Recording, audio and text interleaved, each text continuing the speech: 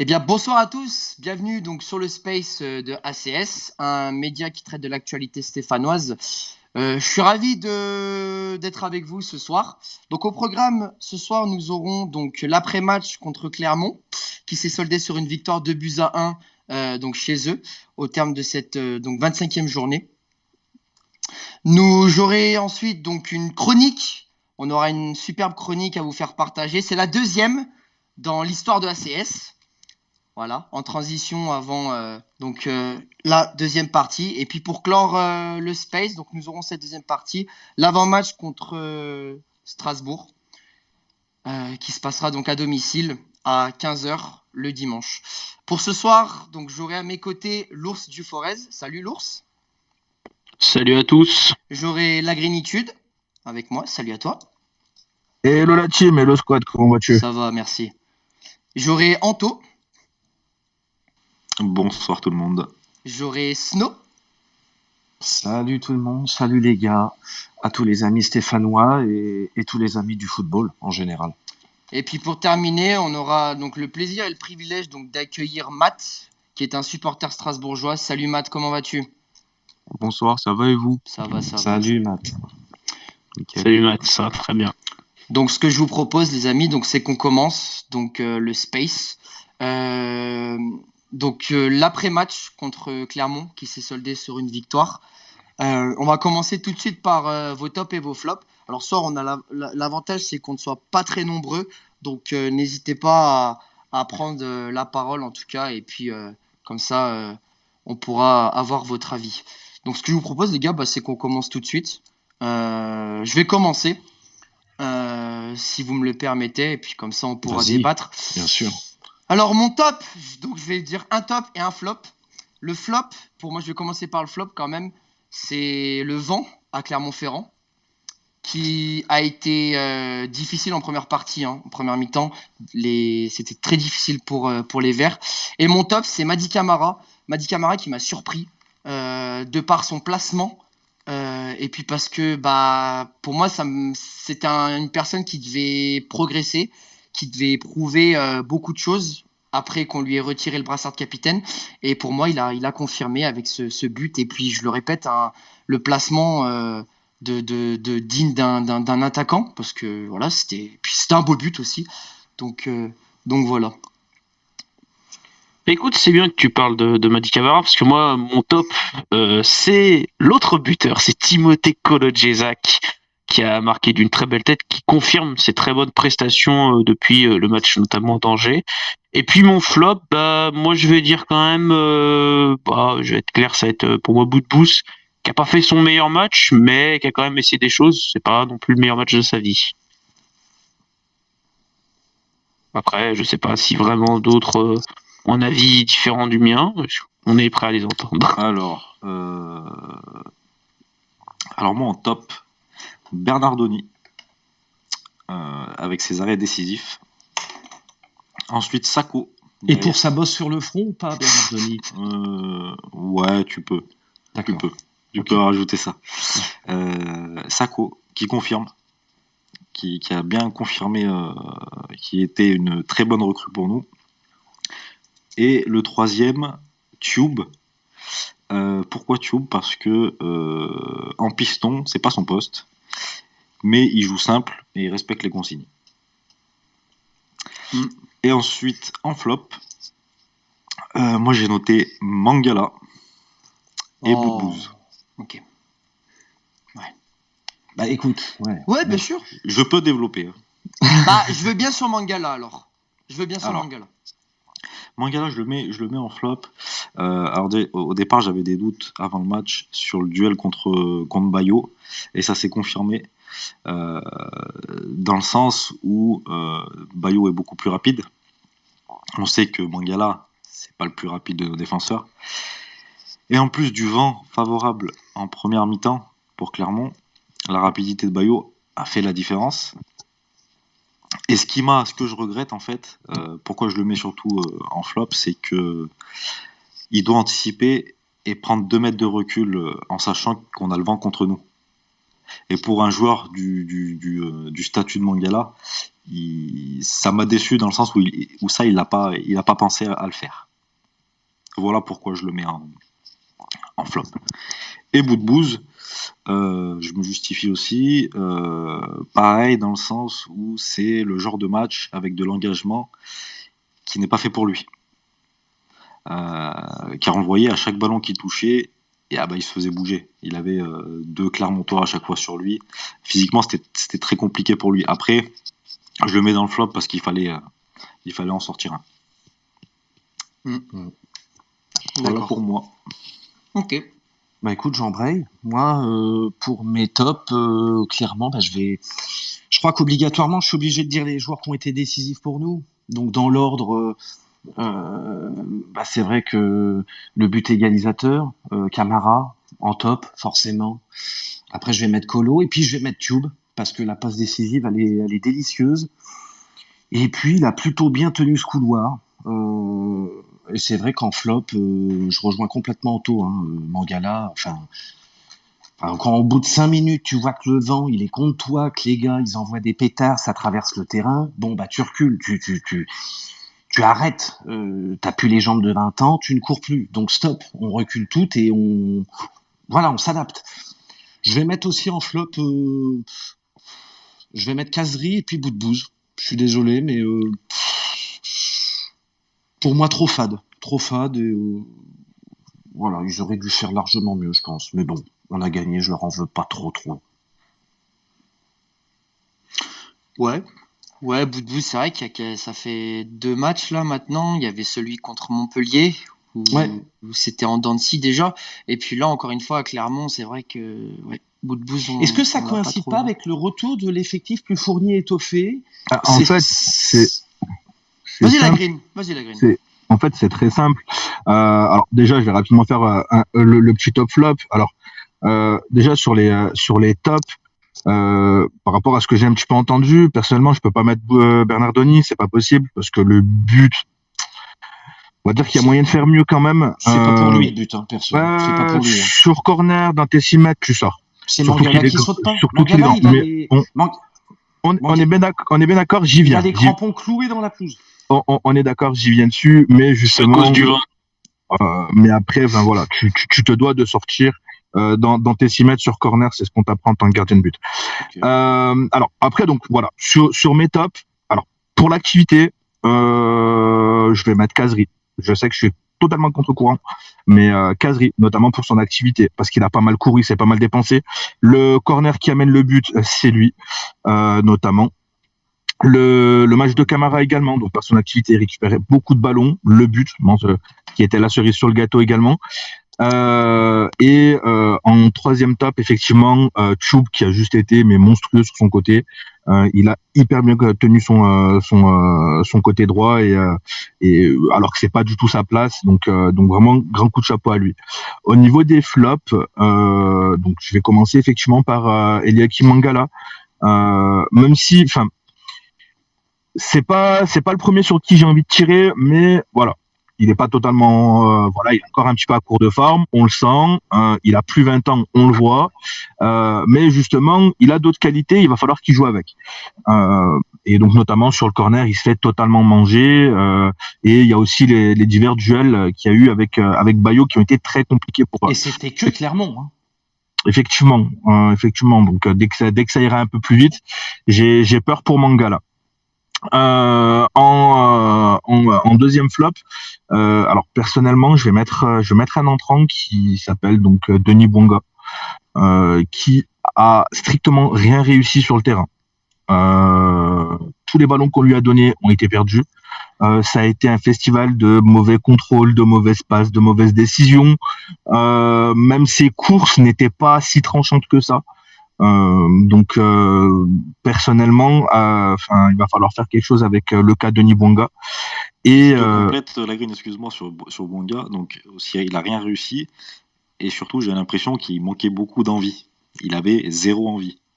Notamment, on a évoqué, tu te rappelles, la passe de Hamouma qui est, allez, on va dire qu'elle est un peu forte, c'est vrai. Mais tu vois, il va pas au bout de l'action. Il essaye même pas de l'attraper. tu vois. C'est ça, Ouais. c'est ça. Et je me suis permis de regarder le match, notamment donc juste là avant le space.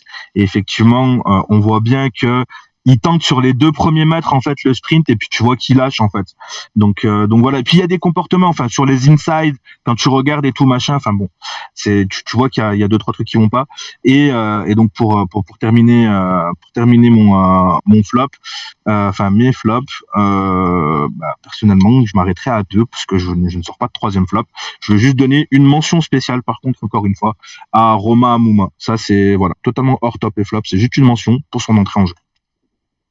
C'est vrai que c'était très intéressant ce qu'il a proposé, mais en vrai, moi, c'est vrai que quand même, on a été déçus de Mangala, mais j'ai envie de dire, c'est vrai que première mi-temps, bah, il était vraiment, il y avait le vent qui était contre lui, qui était totalement, mais c'était ahurissant. Tu voyais, il n'y arrivait pas.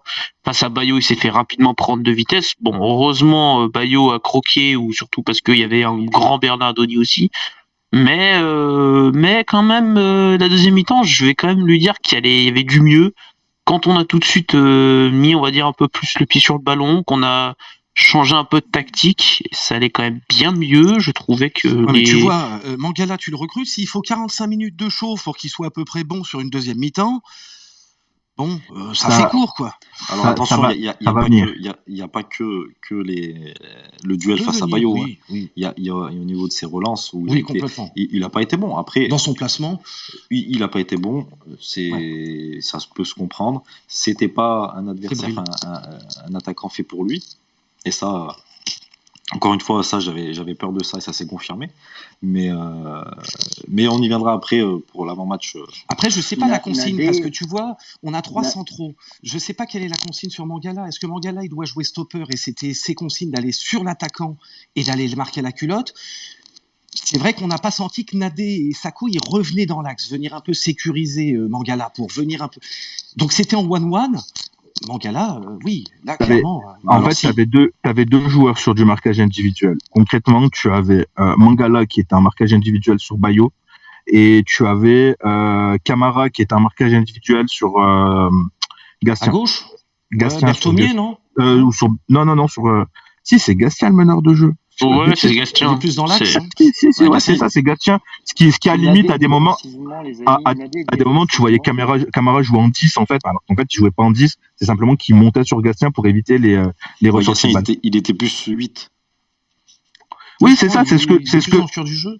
ça. En fait, en fait, Gastien joue un peu à 8-10 C'est ça. et donc Camara, en fait, bah forcément montait beaucoup plus haut pour aller le chercher et donc tu te retrouvais des fois à avoir Camara en poste de numéro 10 et je sais que j'ai vu ça dans le match où ça disait mais qu'est-ce que fait Camara en 10? Mais non, Camara jouait pas en 10, il était juste sur du marquage individuel donc il suivait en fait son adversaire direct. C'est sûr que quand tu arrives à couper la relance principale, qui a clairement qui était le fils Gastien, ça allait quand même tout de suite mieux. Dès qu'on a compris qu'il fallait faire ça, bon, c'est quand même dommage qu'on a attendu 45 minutes pour le faire, mais après, ça allait tout de suite bien mieux, quoi. On sentait que les mecs avaient plus envie. Mais tu vois, Moi, je moi, voudrais ouais. juste revenir. Moi, je voudrais juste revenir, les amis, et puis je te laisserai parler en toi après. Je voudrais juste compléter un peu ce qu'a dit Lagreen sur Romain Amouma. Entre une simple anecdote. Romain Amouma, il est revenu de blessure. Il a claqué un but et il a claqué une passe décisive à Clermont. Donc c'est une prestation quand même, retour de blessure. Amouma, pour l'instant, il revient très très bien. Hein. Ouais. Donc c'est vraiment quelque chose à souligner. Ça fait plaisir en tout cas de voir un Romain Amouma comme ça, être présent dans le jeu. Et puis voilà, puis on connaît Amouma, hein. C'est un joueur. C'est un Ouais. joueur de Stéphane plus belle Et lurette. Donc, Je ça suis fait d'accord plaisir. avec toi. Et il va pas falloir faire l'erreur de vouloir le mettre titulaire. Ouais, Ah, mais je suis là, d'accord. Exactement. ouais, mais Romain, là, à Mouma, il est vachement mordant. Tu sens qu'il a envie. Mais Il est plein d'initiatives et puis il a des bonnes sensations. Enfin, là, il est décisif. Moi, j'ai pas envie qu'on minimise. Hein. S'il a envie de jouer, qu'il dit au coach, je suis prêt. Écoute, Romain Mouma, il est très bon. Le Enfin, problème, c'est qu'il a été performant parce que les défenses avaient déjà été usées un petit peu. Donc quand tu peux pas le faire jouer tout de suite parce qu'il va avoir du mal déjà à déborder ses adversaires, à réussir ses dribbles. C'est pas s'il va se faire tout le temps bouger. À chaque fois qu'il a brillé, c'est parce que les défenses étaient déjà bien usées et puis qu'on avait réussi à les essouffler. C'est toujours comme ça, malheureusement. Tu as totalement raison. Tu as totalement raison. Et alors, donc là, quand même, à noter, il rentre à la mi-temps à un moment. Oui, Il rentre à la 45e. effectivement. Mais concrètement, c'est le max, je pense. Hein. Après, je suis pas à l'intérieur du club. Je suis pas j'ai pas les stats des préparateurs physiques. Mais effectivement, à Mouma, le maximum, je pense que ça sera une mi-temps, pas plus. Et on le voyait, même sur la deuxième mi-temps, même si on avait le ballon, même si la physionomie du match était tout autre, parce qu'il y a vraiment eu deux équipes de Saint-Etienne, une en première, une en deuxième. Et on le voyait, même sur les débordements, etc., il avait vraiment, vraiment du mal. On sentait qu'il n'y avait pas... On va pas dire qu'il y avait la charrette, mais voilà, on sent que c'est compliqué pour les débordements, etc. Mais, Bon, peut-être qu'on en reparlera plus tard, mais ouais. après, Ouais. moi, Mais effectivement, en fait, on s'est mis en danger tout seul. C'est-à-dire que clairement, on n'a jamais été, mis à part des grands ballons devant en première mi-temps, mais on n'a pas été inquiété. Tu vois, ils n'ont pas eu des temps forts où on prend le bouillon pendant 10 minutes, un quart d'heure. Et c'est ça le plus frustrant. Tu te dis, t'es mené au score, mais sans être réellement en danger. ouais, c'est ça. On a joué face à un adversaire qui était un peu. En fait, ils jouaient un peu sous un faux rythme. Oui, c'est C'est-à-dire ça. Et puis, qu'ils allaient nous mettre la pression direct parce qu'ils savaient de toute façon sur qui mettre la pression. Et du coup, ça perturbait un peu dans nos plans de jeu, je pense. Et ce qui fait que du coup, on s'est mis tout seul en danger, quoi. Mais bon, on a gagné. Ah oui, on ouais, a mis l'avantage. Effectivement. Vas-y. Ah oui, oui. On a mis absolument aucun rythme, on a mal attaqué. Alors non, on a plutôt pas mal attaqué parce que c'est à peu près les deux seules fois où je me suis levé du fauteuil dans la première mi-temps. C'est la tête de Casery, là, super bien décroisée, magnifique. Ou bon, et puis la reprise de Nordin, là, je me souviens très bien début de match, pied gauche. Il envoie ça dans la barquette de frites là-haut. Dommage quoi. Et après, Mais plus rien. Après, ça plus se rien. voyait dans son positionnement qu'il allait la toper là-haut, mais comme ça se voyait, comme il l'a repris. Oh, Et sur pourtant, son il est bon gaucher, pied, il a l'air d'être meilleur. ouais. Il est gaucher, hein, il est gaucher pourtant. Il Et ose aborder surface. Et tu franchement, dis les meilleurs pieds droits. Juste, je voulais revenir, notamment, ça permettra de faire un petit crochet sur le programme et de rattraper le programme sur le match de Riyad Boudbouz, parce que j'ai entendu quand même, je sais plus qui l'a mis en flop. Ouais. Je crois que c'est toi. moi, C'est je moi. Ouais, moi aussi. Voilà. Donc justement, je voulais revenir un petit peu là-dessus pour développer au niveau de Boudbouz, si Squad me le permet. Bien sûr, je t'en prie. Bah oui, parce que de toute façon, tu as raison. Parce que c'est vrai que ça fait deux matchs là que Boudbouz, on n'entend plus parler. Donc c'est vrai qu'il faut en parler de Boudbouz. C'est ça. Alors très rapidement, je sais pas si vous vous rappelez, on parlait déjà de Boudbouz où on avait dit que forcément quand tu vas avoir Casery sur le terrain, tu verras moins Boudbouz. Les deux sont ce qu'on appelle des playmakers. Donc tu peux pas jouer avec deux playmakers en fait. Forcément, t'en as un qui va manger l'autre. Quand tu sais que Casery, son jeu est essentiellement dans l'énergie, dans les courses, dans les appels, dans les replis, machin, quand tu vois le jeu qu'a Casery, forcément, il va éteindre Boudbouz. Mais par contre, je vois pas pourquoi. Alors, effectivement, Boudbouz, c'est pas une passe décisive.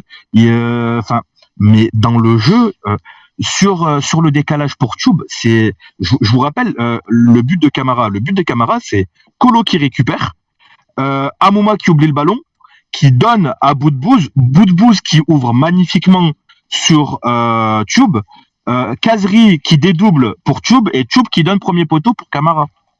Ouais, mais alors, Ouais. donc pour toi, la Green, Saint-Étienne peut pas avoir deux bons joueurs dans l'effectif. En fait, c'est pas une histoire de synthé, c'est dans le football. Tu peux pas avoir c'est deux pas ça, playmakers. c'est une histoire Non, de... moi, je suis pas d'accord. Je sais pas. C'est pas ça. Moi, en je fait. pense C'est qu'on pas ça. peut. Parce que regarde, à la fin, c'est qu'on finit avec un bout de pouce qui est plus bas, un Casery qui est toujours sur le terrain, et au final, on gagne. Donc après, on a pu réussir. Mais est-ce que justement le truc, c'est peut-être de mettre plutôt bout de pouce plus bas, et à ce moment-là, on garde Casery plus haut. Je pense que c'est peut-être aussi la solution. C'est juste qu'aujourd'hui, Exactement. sur les deux matchs, ils se marchent dessus. Mais tu peux les avoir tous les deux sur le terrain. Ils peuvent être bons tous les deux. J'espère, Mais évidemment. comme pareil, on l'avait évoqué sur les Space d'avant. Moi, j'avais songé j'avais émis l'idée à mettre Boudbouz un peu plus bas pour justement qu'ils évitent tous les deux qu'ils soient à 2 mètres à chaque fois l'un de l'autre. Ça peut être une solution. Et au cœur de la tempête de Saint-Étienne, c'est là où Boudbouz, il a quand même rayonné, j'ai trouvé moi. Plus bas, en mode un peu régulateur, toute proportion gardée à la Verratti, avec cette qualité technique de petite feinte de sortie de balle. Moi, je trouve qu'il avait fait un bien fou Après, en termes de relayeur, la relanceur. C'était J'ai envie- super. J'ai envie de vous Mais dire, il fait pas un match, il fait pas un mauvais match, Boudbouz, hein, les Non, gars. mais on C'est a juste qu'on le vu. voit moins que Ah Kazri, c'est oui. tout. Oui, Non, c'est mais sûr. même, on n'a pas vu de passe décisive, on n'a pas vu une initiative de frappe de loin ou de près. Mais Dans les coups de pied arrêtés, j'en ai pas un qui. Enfin, tu Ouais, mais vois, dans le jeu, ouais, mais Snow, dans le jeu, c'est quand même un joueur qui dribble, c'est quand même un joueur c'est qui fait des transversales, c'est un joueur qui est quand même présent dans le jeu. les on l'a vu décalages, c'est meilleur. On Boudbouz. l'a vu meilleur. C'est ça la green, oui. Boudbouz, en fait, c'est lui qui les crée, les décalages. Et en fait, justement, c'est ça. En fait, Boudbouz, c'est pas le joueur sur un direct ou quand tu vas être au stade, tu vas regarder le match, tu vas dire, mais il est où Boudbouz? C'est pas possible. Il touche pas de ballon. En fait, quand tu re-regardes le match, tu te poses et tu te bloques sur Boudbouz. Tu fais une fixette sur lui. Et tu vas regarder, tu vas voir, en fait, le nombre de ballons qu'il touche, le nombre de fois où le ballon, il vient à droite et que le jeu demande d'aller à gauche, c'est lui qui va le faire. Il faut une transversale, c'est lui qui va la faire. Alors oui, après, il va pas te claquer des passes décisives, il va pas te claquer des buts. De toute façon, c'est pas le mec qui finit à 10 buts, 10 passes D, c'est pas, il a jamais été Non, comme c'est ça vrai. et c'est pas aujourd'hui qu'il va commencer. Mais bon, dans les 30 derniers mètres, j'attends plus quand même. Parce que là, il se marche dessus, donc il a joué plus haut. Et Voilà. justement, c'est pas là où il faut l'attendre. Quand tu as Kazri sur le terrain, c'est pas là où tu demandes à Boudbouz d'être. Tu vas demander à Boudbouz d'être. C'est lui qui doit faire la transition en fait attaque-défense. Dans tes 30 derniers mètres, les joueurs que tu dois attendre, c'est Kazri, c'est Nordin, c'est Amouma quand il est sur le terrain, c'est Bouanga, mais c'est suis pas d'accord. Boudbouz. Ouais, mais Je suis- Boudbouz, quand je suis il est d'accord. haut, il a cette qualité pour garder cette balle, pour avoir cette vision, pour avoir cette vista, dans les petits périmètres se sortir. Mais et c'est ce qui te fait. en C'est ce qui te jouant- fait. Bah, Et c'est ce qui te fait. moins contre je suis- Clermont. Enfin, C'est ce qui te fait, mais en bas, sur le terrain, en bas. Et donc, forcément, vu que tu le vois pas dans les 30 derniers mètres, ça fait pas partie des highlights. Et tu te dis, mais merde, en fait, Boudbouz, il a rien fait. Non. Parce que justement, je pense que son rôle est bien meilleur quand il est plus bas et c'est là où je rejoins la green. Quand il est plus bas, on le voit, et ben c'est lui qui vraiment fait la transition. Et là, on a Oui, un oui. vrai bon joueur de relance aussi déjà. Parce que quand même, si on avait nos joueurs de relance d'avant, c'était les passes arrivaient jamais dans les pieds ou on aurait des gros pétards sur des Nordins qui font 1m70. Là, on a un bout de boost qui est capable de porter le ballon, de dribbler et de faire des différences. Et en plus de ça, justement, on peut justement faire des passes à terre pour des Nordins qui font 1m70 mais qui vont très vite. Donc ça, justement, en transition, il est parfait, Boudbouz, dans ce rôle-là. Là, je suis C'est d'accord. ça. Les premières relances, c'est lui. Hein. Les Juste, premières relances, la- regardez bien, c'est lui. La Hein. green, juste je te coupe 2 minutes. On a pas mal de monde ce soir qui souhaite monter. En fait, on a mis en place un nouveau système. Et d'ailleurs, je vois qu'il y a Davaïsès. Bonsoir à toi, Davaïsès. J'espère que tu vas bien.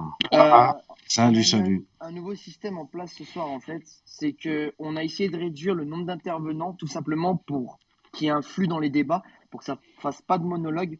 Donc, si vous souhaitez prendre la parole, c'est pas quelque chose que j'apprécie, mais bon, malheureusement, on est obligé de faire comme ça.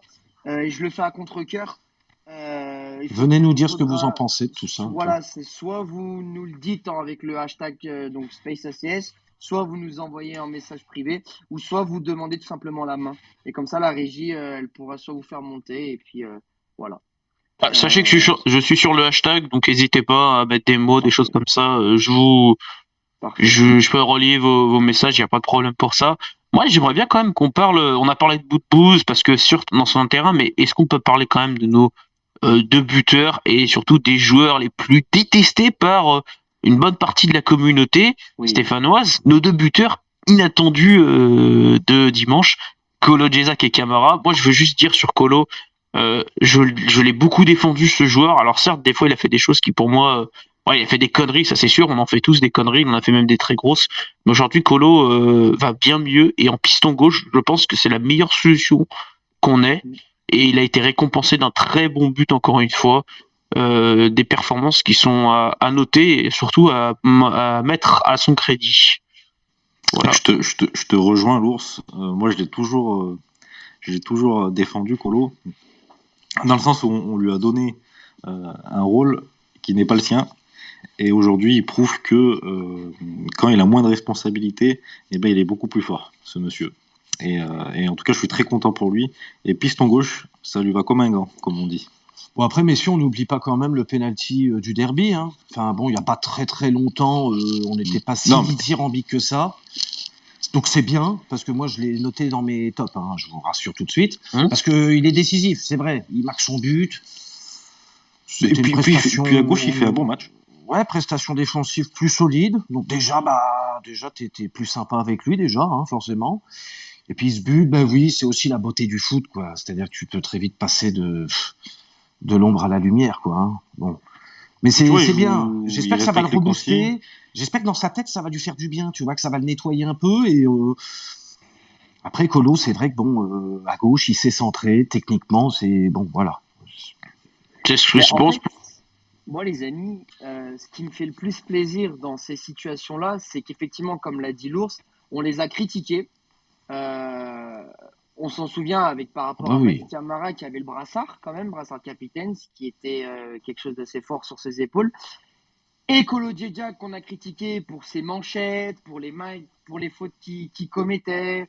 Et aujourd'hui, il nous prouve qu'en fait, c'est des mecs qui sont compétitifs et qui sont là, qui vont être présents Ouais, puis t'as un pour effet chaque Duprat événement. aussi, hein. T'as un Et effet oui, tu as Duprat, l'effet t'as. Duprat Oui, aussi. Ouais. Mais ça fait plaisir. Ça fait plaisir de voir que ce sont deux personnes, effectivement, qu'on a beaucoup critiquées et qui nous montrent, qui nous font passer un message en mode, les gars, arrêtons, on est là et on va se battre. Moi, ça me Bah, fait plaisir, en tout c'est cas. vrai que sur l'aspect Moi, ça mental, me... c'est des mecs qui globalement n'ont pas lâché parce que c'est vrai qu'ils Exactement. sont pas dupes, hein. Ils savent bien qu'ils ont ramassé quand même quelques critiques ces dernières semaines, voire mois.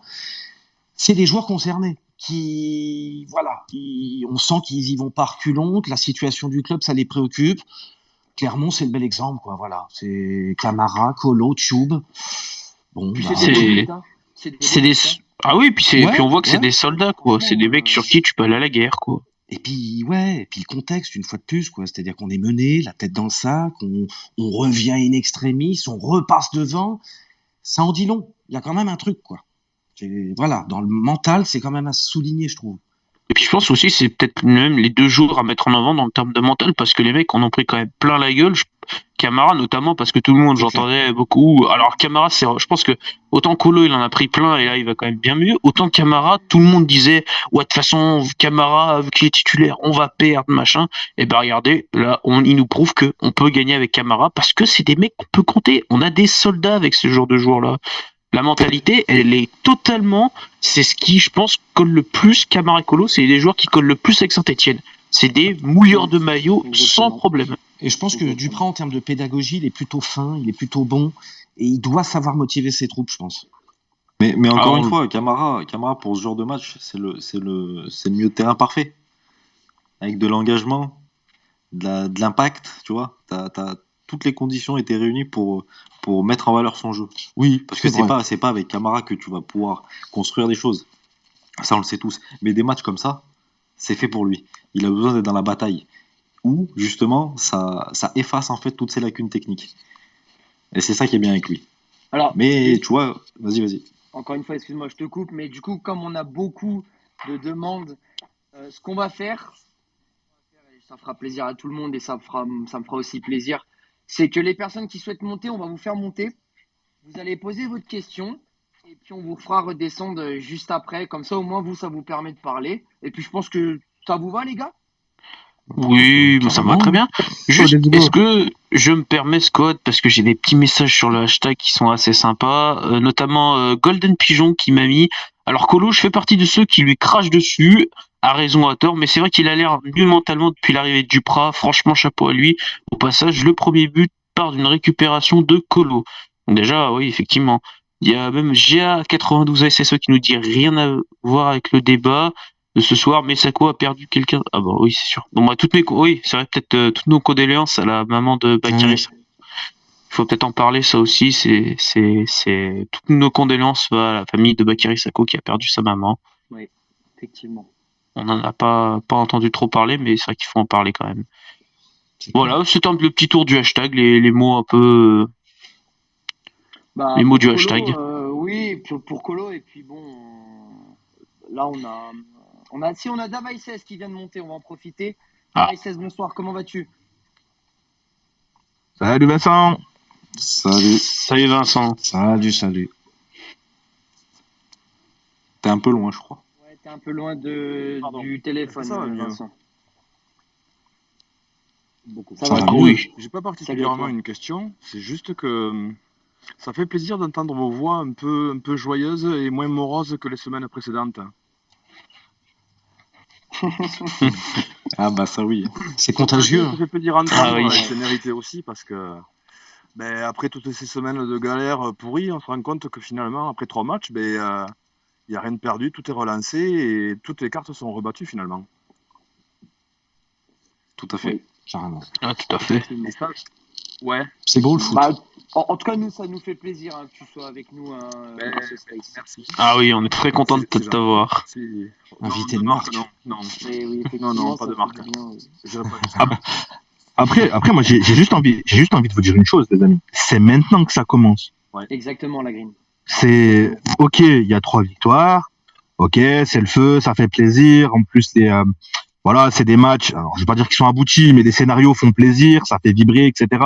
Mais c'est maintenant que ça commence. En fait, là, juste, on a rejoint en fait on a rejoint nos concurrents. Maintenant, il va falloir les dépasser. C'est un peu, vous savez, comme pour ceux qui suivent un peu le vélo. Voilà, on a rejoint le groupe. Maintenant, c'est là où le plus dur va commencer.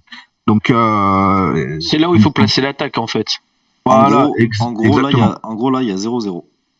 Et tout à fait. Et tu repars. Tout à fait. Donc là, il va falloir être malin.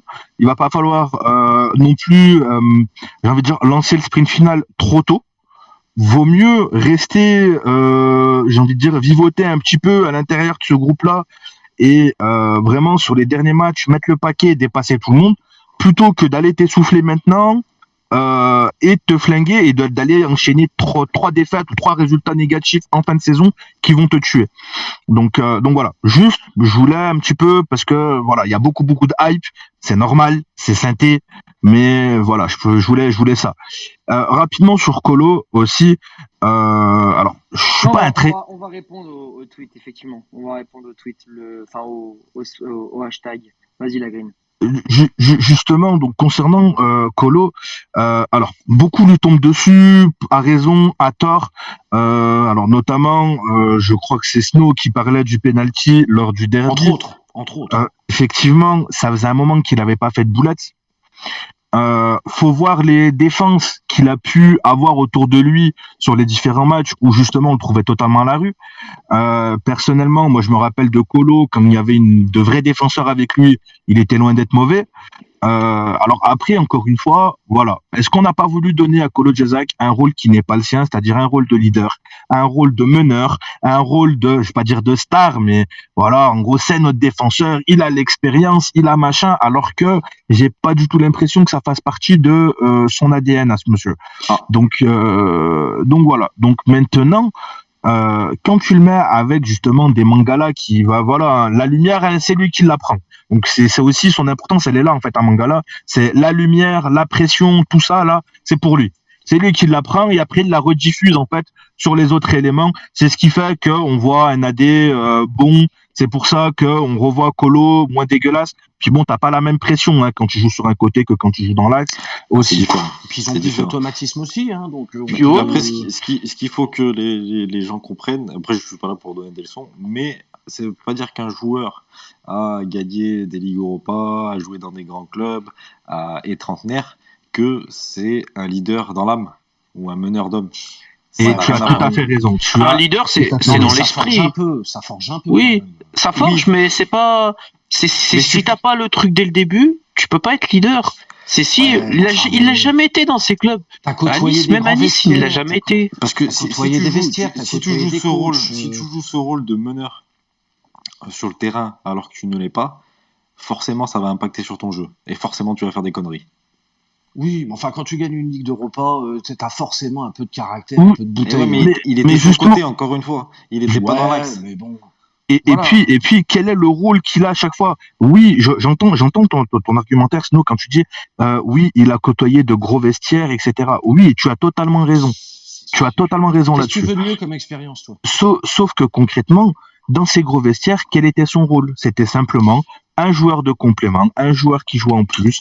Tu vois ce que je veux dire? Ouais, mais voilà. On parle pas d'un joueur qui a fait une pige en Espagne comme ça pour rire un an et qui est revenu la queue entre les jambes en France. On parle d'un mec qui a joué plusieurs saisons quand même. On est bien d'accord. Mais regarde, voilà. je te prends un exemple.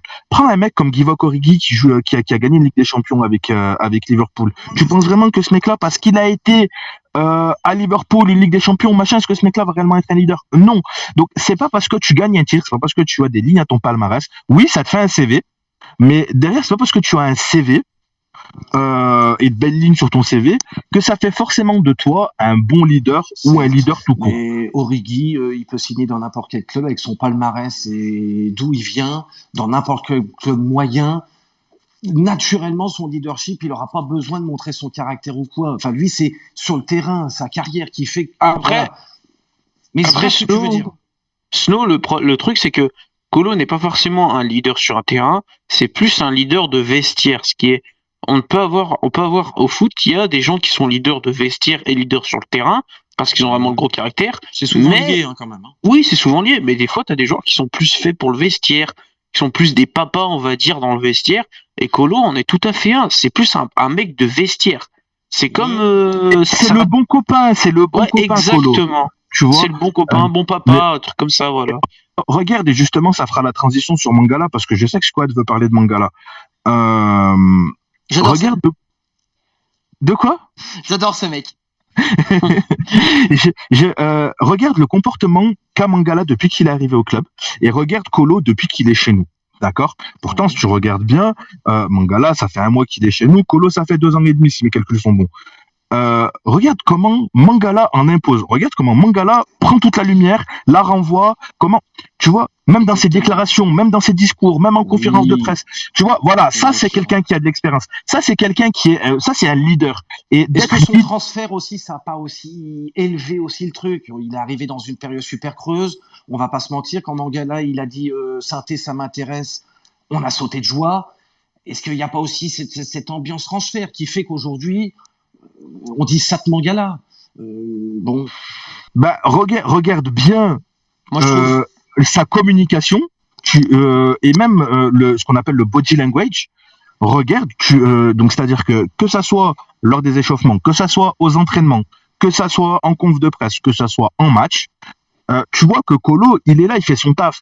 Alors que Mangala, non, il est là, il parle, il revient, il machin, tu vois. Donc voilà. Et j'aime beaucoup justement le fait d'avoir Colo sur un côté. Il y a une image qui est assez parlante en deuxième mi-temps du match de Clermont concernant Colo et Mangala justement.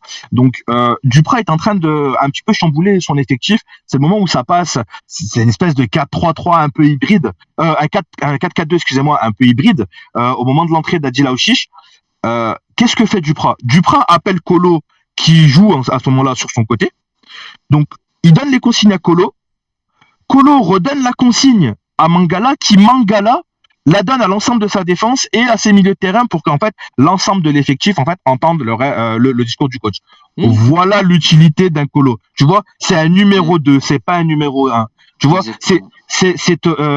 c'est ton bras droit, mais c'est pas lui le chef. ouais. Après peut-être Ouais, que Colo ça, il rentre bien dans ce rôle-là et qu'il le veut bien lui-même aussi. C'est un bon coéquipier, tout simplement. exactement. Et c'est ça qu'aussi, c'est un genre de, bah, c'est pour ça que, moi, comme je dis, Colo, ou même, j'ai envie de dire, même Madi Camara, tu vois que c'est un joueur qui est plutôt bon camarade, tu vois, les trucs comme ça. C'est des mecs comme ça qu'il nous faut. C'est des mecs, voilà, où ça va être des soldats, parce que sur le terrain, tu sais très bien qu'ils vont se battre, et surtout, tu sais qu'ils peuvent ramener les consignes à un leader. Et là, quand t'as un leader comme Mangala, justement, vu que souvent c'est des joueurs qu'on n'écoute pas forcément parce que c'est des bras droits, là un mec comme Mangala, il a, on va dire comment dire, il a la prestance, l'assurance et il a surtout, tu sais, cette, je sais pas comment dire, lui il arrive avec le CV de dire bon bah moi je joue dans quand même Manchester City, j'ai fait l'équipe de France, il en impose, tu vois, puis même physiquement il en impose un peu quand même Mangala et du coup peut-être ça passe beaucoup mieux, je pense, aussi que de voir des colos ou des mecs comme Camara qui doivent balancer les consignes à tout le monde. Tu vois, je pense que ça vraiment ça joue un rôle aussi. Et c'est ça Ouais, aussi c'est sûr.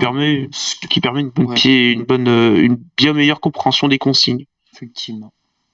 Les amis, ce que je vous propose maintenant, c'est que on va clôturer un peu cette première partie avec le scénario du match. J'aimerais mettre en avant le match qu'a effectué les Verts de la première mi-temps et de la deuxième mi-temps. On a eu encore une fois des Verts renversants, comme ce qu'on a pu voir contre Montpellier. Donc 2 buts en fin de match pour Saint-Etienne encore une fois, après avoir été mené 32 minutes. Est-ce que on va pouvoir éviter de proposer ces prestations-là? Est-ce que par moment, quand d'autres équipes, on va être dans la difficulté? de réaliser ce qu'on fait là actuellement. Bah, faut pas qu'on s'habitue trop au finish comme ça, quoi, parce que ça va pas faire à tous les matchs, c'est sûr. Et c'est vrai que concéder les ouvertures de score sur d'autres équipes, ça va vraiment se corser. Donc ça en dit long parce que c'est pas anodin non plus. Il y a quand même un mental de fer pour revenir comme ça sur 2 matchs consécutifs. C'est pas 2 matchs comme ça tirés entre 15 journées séparées. Non, c'est consécutif. Donc il y a une spirale, il y a une continuité. On sent que voilà. Donc j'espère pas qu'on voit tous ces matchs-là parce que j'aurai plus d'ongles et je vais avoir des cheveux blancs. Mais ouais, moi je trouve ça positif quand même ces renversements.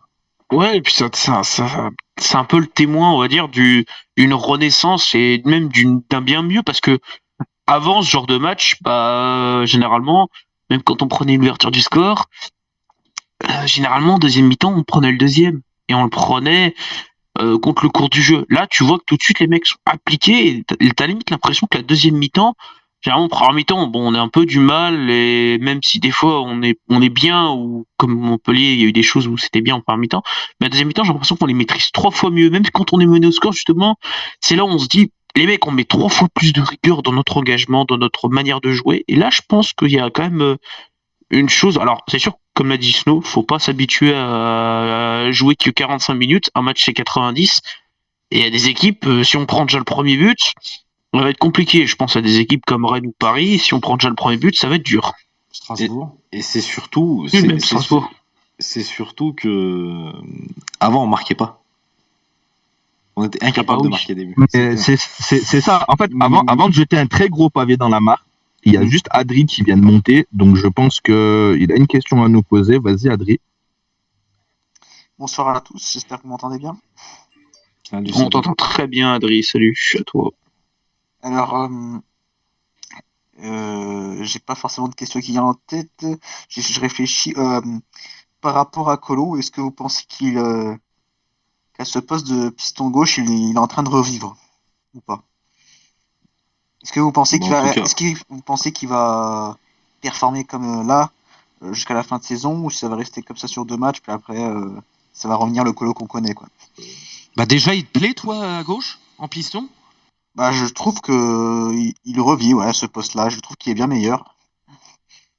Et puis, Je suis assez d'accord. et puis comme il a de moins de tâches, comment dire, comme il a de moins de tâches défensives à faire, enfin, il défend, mais je veux dire, comme il est plus en charnière centrale, comme il fait moins de conneries, je trouve que ce rôle-là lui va bien. En fait, le problème, c'est pas le poste. Ouais. Ça n'a rien à voir avec le poste. C'est tout simplement que Colo, aujourd'hui, il a plus de responsabilité. D'accord. Et rappelez-vous, c'est pareil que quand il jouait à côté de Perrin, c'était Perrin la lumière, c'était pas Colo. Oui, c'est Et vrai. à l'époque de Perrin, Oui, mais ça... on n'a jamais dit Colo, il est mauvais. Oui, après sa première saison, il était quand même bon, hein, je trouve. Oui. Et oui, tout le monde le voulait. Oui, il était Et performant. quand on l'a acheté 5 millions, on a dit ça va.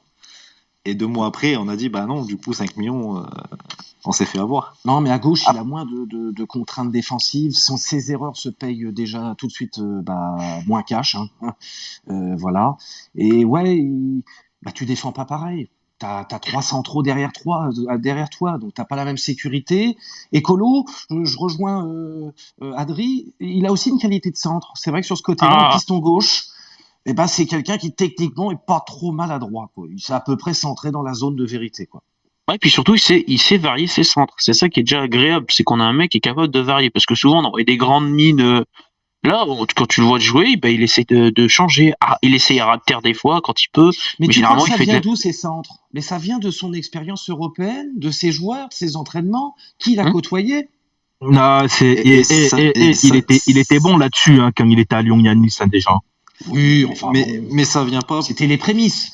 Et ça viendrait pas peut-être des grosses prestations que Nadé est en train de nous faire? C'est sûr qu'il le soulage, Nadé, derrière.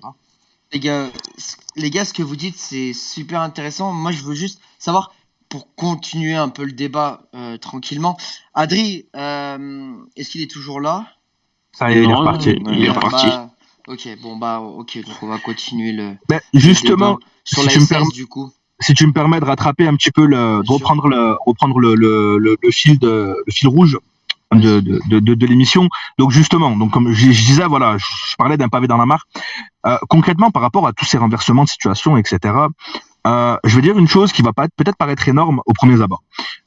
Saint-Étienne fait plus ou moins les mêmes matchs que depuis le début de saison. C'est-à-dire qu'on a toujours un Saint-Étienne à réaction. On concède le premier but et derrière on se bat pour essayer de revenir au score, sauf que on n'avait pas, en fait, la donnée en fait qu'on a en plus aujourd'hui qu'on n'avait pas en début de saison, c'est ce qu'on appelle la réussite. On tape beaucoup moins les poteaux, on cadre un peu plus nos frappes, on marque un peu plus. Donc forcément, quand tu mets un petit peu tous ces ingrédients-là, ça fait que t'arrives à revenir au score à minima et sinon à renverser totalement la situation. Maintenant, moi j'ai envie de dire, on a une équipe qui est totalement en réaction. Alors après, qui lâche plus, comme j'ai pu voir sur certains matchs, parce que sur certains matchs, quand même, Saint-Étienne lâchait les matchs. On prenait un but, ça y est, on voyait les joueurs baisser la tête, etc. Là, non, ça veut tout de suite rentrer dedans.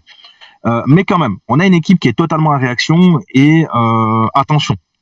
Parce que tu peux pas, comme disait très justement, je crois que c'est Snow qui disait ça, tu peux pas faire toute ta fin de saison de cette manière-là à renverser systématiquement tous tes matchs. Déjà dans l'énergie, c'est pas possible. Au niveau du mental, ça t'use à chaque fois d'être mené, de revenir au score. Alors après, hein, quand ça fonctionne, il y a pas de souci. La fatigue, machin, tout ça, tu vas l'oublier. Mais le jour où ça va plus fonctionner, j'ai peur que tu retombes dans le trou. Je te coupe, mais ça donne une merveilleuse confiance, par contre. Parce que quand tu sais que instinctivement tu l'as déjà fait, que tu as cette capacité, que déjà tu peux aller au bout des matchs et jusqu'à la 95e, je pense que déjà tu gagnes pas les matchs comme ça et qu'avec ça. Mais je veux dire, tu sais que tu peux le faire. Tu l'as C'est ce que je te dis. Tant que ça fonctionne, ça va aller pour toi. Tant que ça va fonctionner, il n'y a pas de souci. Le jour où ça va plus fonctionner, c'est là où justement tu vas commencer à te poser des questions. Parce que parce que concrètement, hein, les gars, sur l'ensemble de nos victoires depuis le début de saison, donc Clermont 2 fois, c'est la même chose. 3, on fait pas un super match. Angers, c'est le seul où vraiment on maîtrise notre match de bout en bout. Et ça y est, j'ai mangé encore. Montpellier. C'était pas mal, Montpellier. Et Montpellier, oui, mais Montpellier, t'es encore une fois réaction. Ouais, mais dans le contenu, c'était incroyable. On a quasi frôlé les 30 tirs. Il y a pas de problème, mais t'es quand même à réaction. Alors, je sais pas contre Montpellier si on peut vraiment appeler ça réaction, parce qu'en soi, le but, c'est comme contre Clermont, on le donne en fait. Non, mais on le donne. Ah, qu'on l'encaisse. Ah oui, on le donne en fait. Tu vois, c'est pas où on prend le bouillon et on prend le but. C'est sur une action anodine, tu vois, tu t'en prends un et derrière, t'es pas malmené, comme je disais, t'es pas malmené, t'es pas en danger. Mais il suffit d'une passe un peu, tu vois, un peu casquette et t'en prends un. Mais c'est ça. Et après, moi, quand je dis réaction, je parle pas forcément que sur le comportement, hein, sur le terrain. Tu cours après le score. Voilà, exactement. Tu cours après le score, tu concèdes l'ouverture du score. Et à concéder l'ouverture du score, c'est pas anodin. Donc c'est un petit peu ça en fait que je veux dire. Bien sûr qu'on se fait pas manger à chaque fois qu'on va concéder l'ouverture du score, mais mince, sécurise-toi défensivement. Je sais pas, soit attaque un peu plus du match, mais trouve une solution en tout cas pour éviter ce style de scénario-là à chaque fois. Parce que c'est pas à tous tes matchs où tu auras les ressources physiques, mentales, psychologiques, la réussite. Tu vois, tous ces éléments-là, tu les auras pas à tous tes matchs et qui feront qu'à chaque fois, tu seras capable de marquer 1, 2, 3 buts, en fait, qui te feront revenir, en fait, à chaque fois.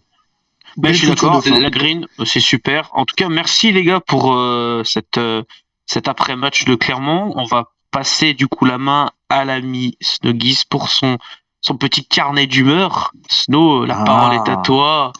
Je te laisse, je te déroule le tapis rouge. C'est à toi. Fais-nous rêver. Je vais essayer de vous trouver une passe décisive. Mais en tout cas, effectivement, la petite minute chronique, ça va être après le Fergie Time, le Synthé Time. Parce qu'effectivement, les amis, moi j'ai envie de vous dire, fini le grand Manchester United, fini le Sir Alex Ferguson et le temps additionnel interminable. Aujourd'hui, c'est le Synthé Time. La SSE fait peur. On va pas se mentir, on est devenu un rouleau compresseur, une machine. Tout le monde nous craint. Ça fait 2 matchs que Saint-Étienne fait des fins de match complètement hallucinantes. On a des émotions incroyables. Bon, ok, clairement, on va pas se mentir. Bon, on s'est un peu fait chier. Hein, les 70 premières minutes, on s'est ennuyé. On n'a carrément pas joué. On a pris le vent dans le nez. On a presque tous pensé entre 15 et 16 heures taper la sieste. Mais encore une fois, nos verts, ils nous ont réveillés. Victoire renversante. Alors ok, bon, Saint-Étienne nous stresse. Il nous énerve. Il nous empêche, pour certains, de dormir. Mais depuis quelques semaines, il y a quand même réellement, et on le voit tous, hein, un état d'esprit formidable dans cette équipe, un mental d'acier, et puis l'espoir de maintien, quoi. Hein, on en est tous là. Donc là, en majuscule, messieurs quand même, monsieur Pascal Duprat, c'est grâce à lui, moi j'ai envie de dire. Petite note pour lui, il a redonné une dynamique. Ça change un peu du service militaire de Claude Puel, où les joueurs, ils étaient tendus, ça rigolait pas, ils osaient à peine péter dans le vestiaire. Mais bon, voilà, c'est vrai que Saint-Étienne va jouer Strasbourg. Strasbourg, ils sont en pleine confiance, ils sont 4e. Alors bon, c'est vrai que nous, Stéphanois, on en a pris 5 à l'aller contre Strasbourg. Ça fait quand même mal aux fesses. Mais voilà, moi j'ai des motifs d'espoir. Ils vont être remontés comme des coucous. Il y a le Saint-Étienne, avec en plus un chaudron en ébullition avec les supporters présents. On remercie la commission de discipline quand même, c'est rare. Et puis, là, je vais vous faire bondir, les gars, mais en numéro 3 et dans Pourquoi j'y crois, on a le percutant, le virevoltant, l'inévitable, l'excellent Arnaud Nordin. Et ouais, c'est notre super sub. Il a des stats absolument incroyables quand c'est le super sub et qui rentre. Il est 2e de la Ligue 1 comme joueur le plus décisif quand il rentre dans les matchs. Il est juste derrière Ben Yedder, les mecs. Donc Strasbourg, vous êtes prévenus, le Saint-Étienne va frapper et Saint-Étienne va encore gagner. Allez les Verts. Merci Snow, quelle chronique. Et c'était super. Elle est incroyable. Elle est encore mieux à l'oral. Et quand t'as dit Nordin, j'ai eu les frissons tout de suite. Je suis bien content de pas l'avoir lu. Ah oui, là franchement, je le prends bien. Oui, j'ai pas voulu me spoiler aussi. Franchement, j'ai bien fait. On a bien fait de ne pas se faire spoiler, en tout cas. Les gars, elle est magnifique. Bravo. Bravo, franchement, Snow. On va passer du coup à l'avant-match face au Racing Club de Strasbourg. On est parti. Juste pour vous un peu briefer, je vais vous donner les absents et quelques petites statistiques avant de débattre. Donc les absents côté stéphanois, nous avons Aymen Mouefek, Bakary Sako pour certaines causes, Enzo Crivelli pour une blessure apparemment, Miguel Trauco, Harold Moukoudi et Yvan Neyou. Du côté du Racing Club de Strasbourg, on a Maxime Lemarchand, Ismaël Doucouré, Ibrahima Sissoko et Guernizo Niamzi. Donc quand même pas mal d'absents des deux côtés. Pour les statistiques, on se souvient bien que la dernière confrontation, elle nous a pas réussi. On a pris 5-1 à la Méno. C'est pas top. Les dernières rencontres, c'est clairement, on a pris 2 défaites et on n'a qu'une victoire contre Strasbourg sur les 3 dernières rencontres. La forme pour le Racing Club de Strasbourg, c'est sur leurs 5 derniers matchs, ils ont 4 victoires et seulement une défaite. C'est la 4e meilleure forme. Pour nos Verts, c'est 2 défaites et 3 victoires qu'on connaît. Et à part ça, le Racing Club de Strasbourg a quand même gagné 12 matchs cette saison. Ils ont des joueurs qui sont très en forme. Adrien Thomasson, Ludovic Ajorc, avec ses stats à fond. Ludovic Ajorc qui a 8 buts et Thomasson est à 7 passes décisives. Le Racing Club de Strasbourg sait se procurer des occasions et marquer. Donc c'est la 2e meilleure attaque et la 3e meilleure équipe qui se procure le plus d'occasions. Et puis le Racing Club de Strasbourg a aussi une très bonne défense, la 8e défense de Ligue 1. Donc les gars, est-ce qu'on sera capable de prendre les 3 points face à cette équipe de Strasbourg? On va peut-être même laisser notre ami Matt, notre ami strasbourgeois, et on va lui donner la parole. Qui est le mieux placé? C'est ça, on a un invité, je pense que c'est le mieux. Le mieux, c'est que notre invité prenne la parole en premier. Alors, je voulais juste revenir sur un truc sur les absents du Racing. Alors, Doucouré et Le Marchand, c'est sûr. Par contre, Sissoko et Niamzi, c'est pas sûr. Je sais pas où t'as trouvé ça. Juste, Sissoko, il a pas pris l'entraînement collectif complet aujourd'hui. Donc, lui, c'est peut-être sûr qu'il sera pas là. Mais Niamzi, il a fait l'entraînement complet avec l'équipe et tout. Enfin, c'est Julien Stéphane, il nous dira demain de toute façon en conférence de presse, comme à chaque fois. Mais bon, Bah, avec nous, ouais, la semaine écoute, dernière, parce que, ouais. La semaine dernière, on devait avoir 6 absents à Angers, ils étaient tous là, donc faut pas trop se fier à ça. Et voilà. Non, mais nous, c'est les dernières infos qu'on a eues, mais ça, c'est d'ailleurs, merci de nous en parler, parce que c'est quand même important. Donc, tu as dit que la conférence de presse de Julien Stéphane, c'était demain? Ouais. Eh ben, Mais non. n'hésite pas à envoyer un message à une personne du groupe ici d'ACS pour nous donner les compos, enfin, du moins les absents. Ce serait cool. Pas de problème. Et justement, Matt, moi je profite que tu sois là quand même. Déjà, merci à toi d'être avec nous ce soir. Je profite de ta présence justement pour voilà. Alors, je sais que c'est donner des informations à l'ennemi, mais bon, t'inquiète pas, personne n'a le numéro de Duprat de notre côté. Justement, voilà, les joueurs dont qui on doit se méfier et notamment comment on devrait aborder un petit peu le match pour mettre en difficulté ton équipe. Voilà, comment on devrait aborder ce match-là et de qui on devrait se méfier ce week-end. Bah, déjà, vous devez te méfier des deux. Enfin, Ajor, Gamero et Diallo. Ben, je sais pas si c'est Gamero ou Diallo qui a joué, mais je pense que ça va être Gamero vu sa forme actuelle. Après, au milieu, Persic, lui, il se procure toutes les occasions, il récupère tous les ballons, etc. Il est bon, S'il n'y a lui, pas hein. Sissoko, déjà, c'est un avantage pour vous. Il est souvent Et, trop seul d'ailleurs dans les matchs. Ouais. Et le côté droit aussi avec Gilbert. Et moi, je voulais poser une question justement par rapport à Jork. C'est vrai que c'est quand même un joueur, pourtant c'est un joueur qu'on n'entend pas beaucoup parler dans les médias, mais qu'est-ce qu'il est bon. On peut quand même se dire que c'est un joueur incroyable, sincèrement, à Jork. Alors, si je peux me permettre, J'adore, moi. si je peux me permettre, les amis, Ajorc, à l'heure actuelle, c'est 22 matchs, 10 buts. Il est 7e meilleur buteur, il est 7e meilleur buteur de Ligue 1. Il est régulier, hein, c'est pas de cette année. C'est un genre que c'est un Oui. super attaquant, technique, grand, puissant. C'est un attaquant que j'aime beaucoup depuis quelques années, moi. Hein. C'est vraiment super. Je te rejoins totalement. J'aurais tellement bien voulu le voir à Saint-Étienne, mais malheureusement, il est bien à Strasbourg. Hein. Et je pense que ça doit faire le bonheur de Matt. Mais attention, il y a Gamero aussi, les amis. Hein. Si Ajor qui était dans un club un peu Gamero plus aussi, huppé, les et amis, on hein. parlerait plus de lui, je pense déjà. Ah, ouais, je suis convaincu aussi, moi. Ouais. Mais nous, on est content de vivre dans l'ombre hein, avec tous nos joueurs. Hein. On est 4e, on parle pas beaucoup de nous. Enfin, nous, on est heureux. Hein. Ajor qui marque un peu là, il a marqué ces 2-3 derniers matchs. Non. Il est dans sa mauvaise passe de la saison. J'espère qu'il se réveille contre vous. Mais avec Gamero, il fait un super duo, je trouve. Hein. Ouais. Avec Diallo aussi au début de saison. Ouais.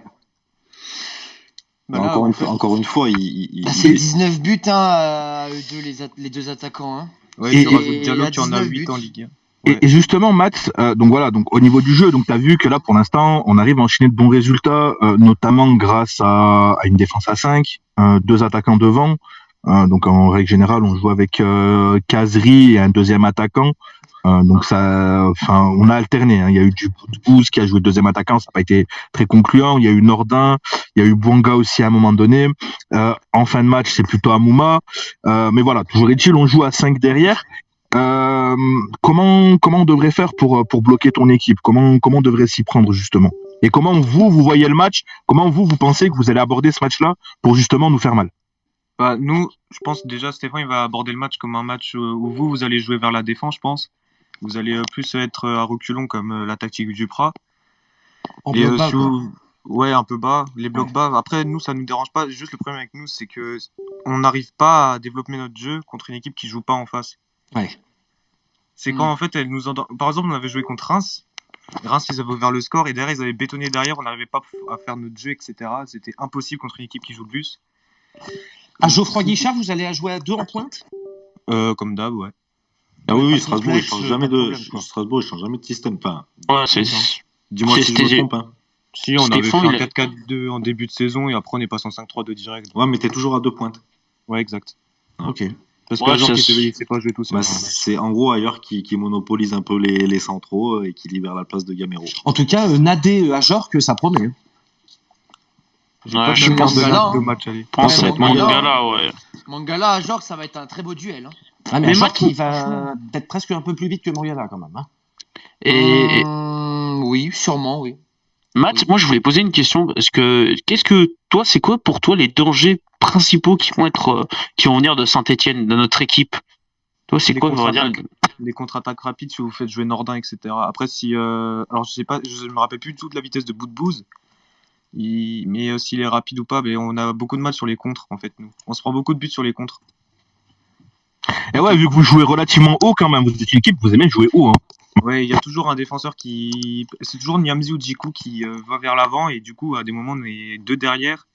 Et les latéraux, ils reviennent pas toujours faire le travail. C'est souvent que ça se fait prendre dans le dos, j'ai envie de dire. Ouais, voilà, exact.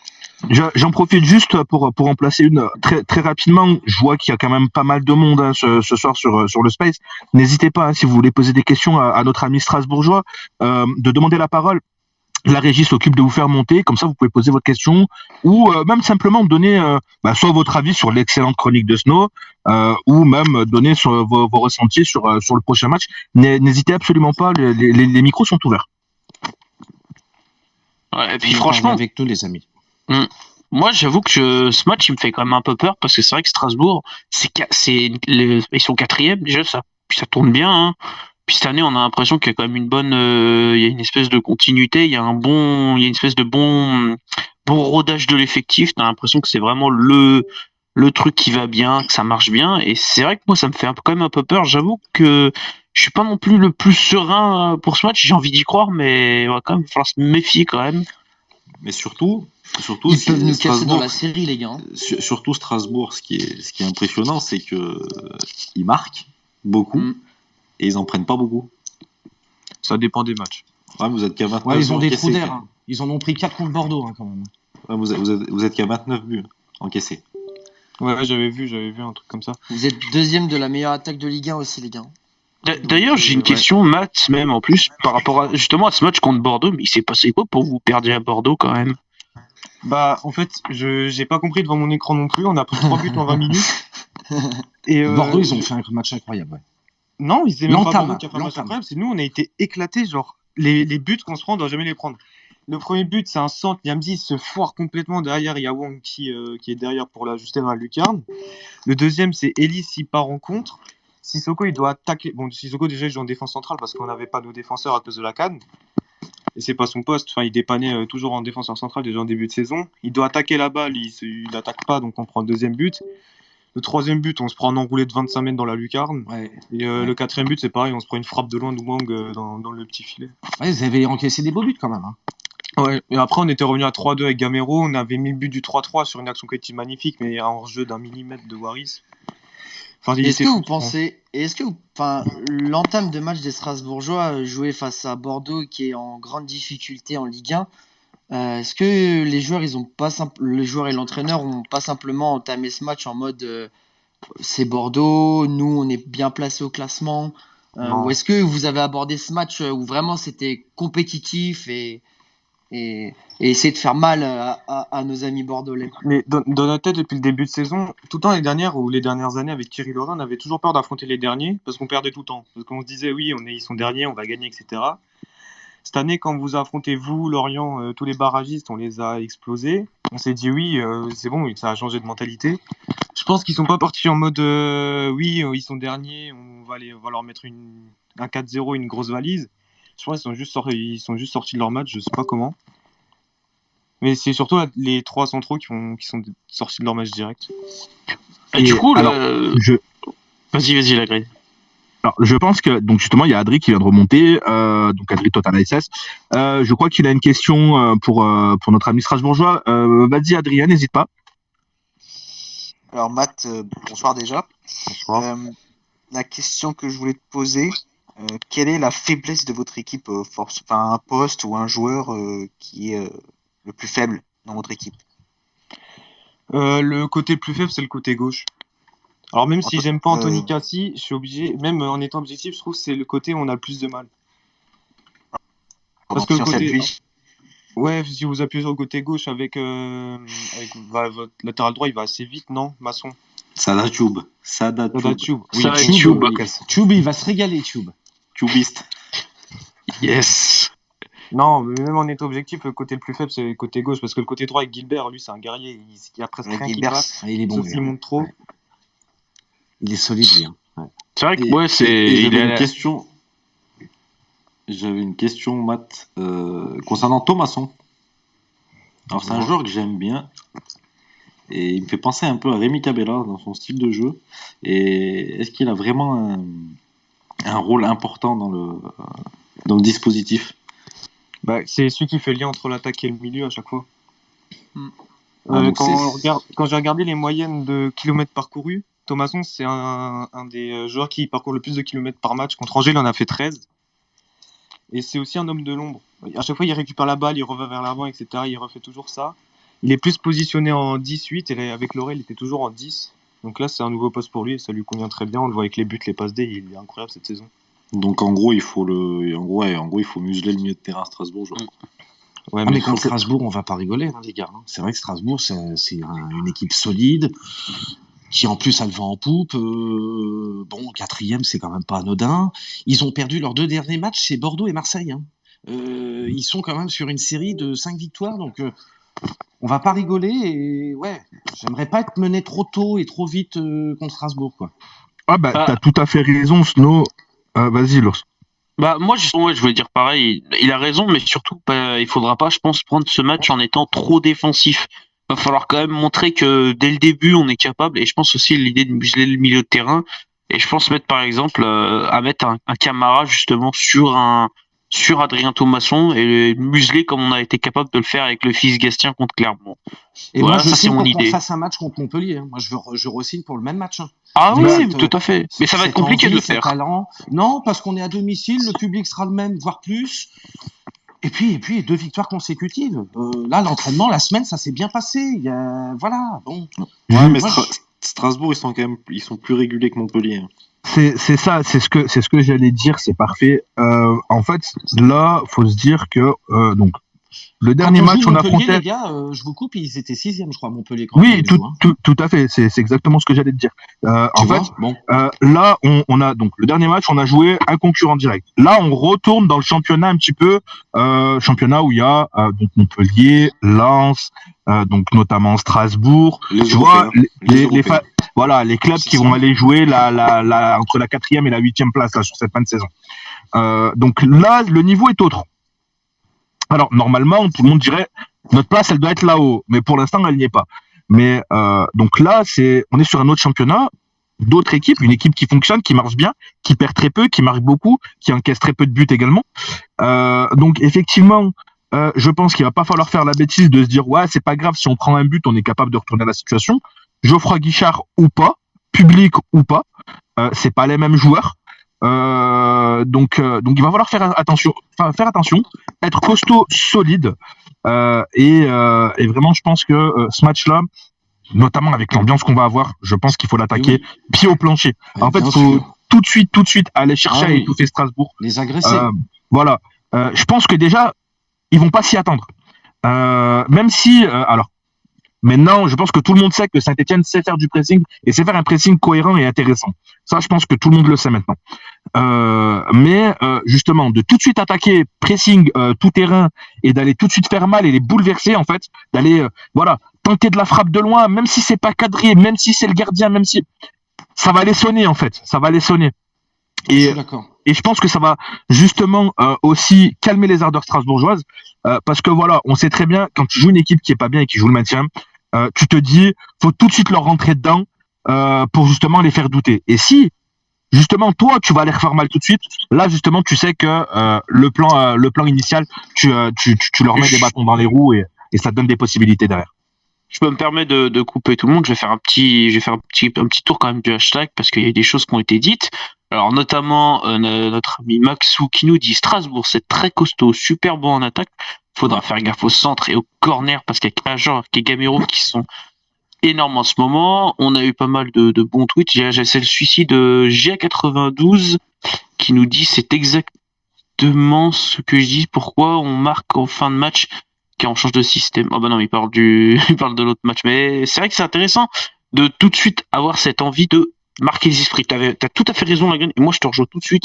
Marquer les esprits, ça va être tout de suite ça. Parce qu'en plus, avec le public qui va être à fond, mais vraiment à fond, je pense que là, faut marquer les esprits et ça peut les faire douter. Et je pense que ça peut être pas mal justement d'entamer ce match avec un but d'avance si on arrive à marquer tout de suite rapidement.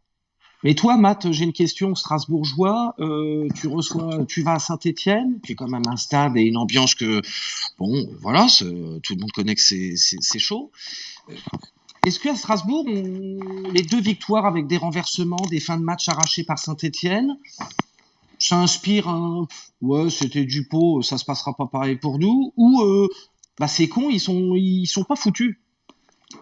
Ben, moi, ça me fait déjà peur d'aller à Saint-Étienne avec un stade plein. Déjà, alors que vous êtes relégable, donc ça va repousser encore plus. Ça fait un petit peu flipper d'y aller, mais cette saison, je trouve, on est confiant. Ça fait 2 matchs de suite, on gagne 1-0. On marque contre Angers, on a marqué très tôt. On a tenu le match assez longtemps. Nantes, pareil, on a tenu le match derrière. Ah, vous savez tenir. Hein. Ouais, et aussi une stat que, bon, elle est anecdotique, mais on a fait à chaque fois qu'on a ouvert le score cette saison, on a gagné. C'est pas négligeable. C'est pas censé nous rassurer, ça. D'accord. C'est plus, on a fait combien de matchs comme ça? Je crois 10, je crois, quelque chose comme ça. Et c'est surtout que Strasbourg sait tenir le 1-0 en fait. Ouais, cette année on sait le faire. On est confiant derrière avec j'ai l'impression qu'il y a une confiance derrière, une sérénité qu'on n'avait pas l'année dernière. Ils sont jeunes, vos défenseurs centraux? Perrin 8, Niamzi il a 24-25, Djikou pareil 26-27, Cassie il est assez jeune, 23 ans je crois. Ouais, donc ça tient la cabane quand même derrière. Et dans les 26-27. Le gardien aussi que vous avez, Matsels. Il est juste phénoménal aussi, votre gardien. Trop fort. Alors là, comme c'est quand même une belle palme, ouais, le gardien Matsels, je sais pas où est-ce que vous êtes allé le chercher, mais alors bonne pioche quand même, parce que fallait aller le trouver. Hein. Alors je sais plus si on l'a cherché de la Belgique ou s'il est venu après de Newcastle. Attends, bien, tu veux que je regarde? Je m'en occupe. Si tu veux pour toi. Ouais, c'est vrai que Matsels, quand même, c'est une bonne. Enfin, c'est un gardien qui est très fort. Le peu de matchs que j'ai vu de Strasbourg, à chaque fois, il a toujours fait des très bonnes prestations. Il a quand même que 29 ans, donc il peut encore vous servir de très bonnes années. Alors, Matt, je veux pas casser reflète sur le classement, les gars. Matt, le dernier gardien qui est venu à Geoffroy Guichard, il s'est blessé quand même. Et justement, désolé Matt, hein, mais voilà, il n'y a pas de pitié, il faut qu'on se sauve. Hein. Justement, il y a un deuxième Strasbourgeois qui vient de nous rejoindre en tant qu'intervenant. Il pourra peut-être nous parler lui de Matsels. Donc on accueille avec nous donc Pascal Noumas. Bonsoir à toi. Ouais, bonsoir à tous. J'espère que vous allez bien. Salut. Ça va super. Ouais, concernant Matsels, je me souviens très bien. J'ai un ami qui est ingé son à Radio France, donc j'étais allé avec lui voir un match amical. C'était contre Fribourg, je crois, ouais, c'était ça. Et j'étais allé le voir et franchement, je m'étais dit, franchement, on a enfin un vrai gardien, quoi. Donc il est bon quand même. Ouais, c'est clair. Ouais. Je crois, de toute façon, il est jeune, non? Qui était dessus. Il a quel âge, lui, le gardien? 29 ans, je crois. Ouais, il est plus proche de oui, d'accord. Mais en tout cas, ça rassure. Mais après, toi, justement, Pascal, tu penses quoi de nous, là, Saint-Étienne, en ce moment? Il y a quand même. Est-ce qu'il y a matière à ce que Strasbourg s'inquiète ou vous pouvez y aller, genre, sereinement, tranquille? Non, la pression, elle est sur vous, elle est sur les Verts, la pression. Nous, on est sûr de nous, on est régulier, voilà, on a eu un début de saison un peu difficile, l'histoire de quelques semaines de rodage, mais après, voilà, on est monté de façon croissante, crescendo. On est constant, Gamero est bien en ce début d'année. Là où c'est une bonne pioche, Gamero. C'est une bonne pioche. C'est une bonne pioche, Gamero, non? Vous en êtes content à Strasbourg, franchement. Retour réussi, hein. Pour jouer avec Ajax, mais c'est le profil idéal. Bien sûr. Non, puis Strasbourg, franchement, super année. Et Strasbourg, c'est vraiment un projet. C'est pas que depuis cette année, c'est vraiment un projet intelligent. C'est bien mené. Il y a une politique de recrutement. Le gardien belge. Mais c'est intelligent à Strasbourg. Et puis vous avez des super dirigeants. Ouais, c'est clair, on est bien lotis. Marc Keller, super entraîneur. Un mec super respecté, qui connaît bien le foot. Et surtout, voilà, alors on revient un petit peu sur le sujet stéphanois. Ne pas oublier, on a quand même pris une belle fessée, nous, de notre côté, au match aller.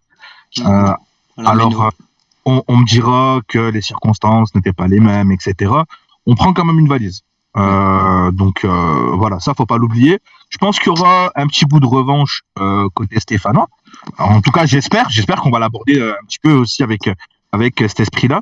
Et justement, alors, on va parler un petit peu, on va rentrer un peu plus en substance dans ce match-là, dans cet avant-match-là, avec un petit peu comment nous on devrait se positionner, comment nous on devrait jouer ce match-là, quelle composition entre guillemets on pourrait voir. Alors, il y a des adeptes du 3-5-2, il y en a qui sont plus adeptes d'une défense à 5, d'autres qui veulent un 4-4-2, un 4-3-3.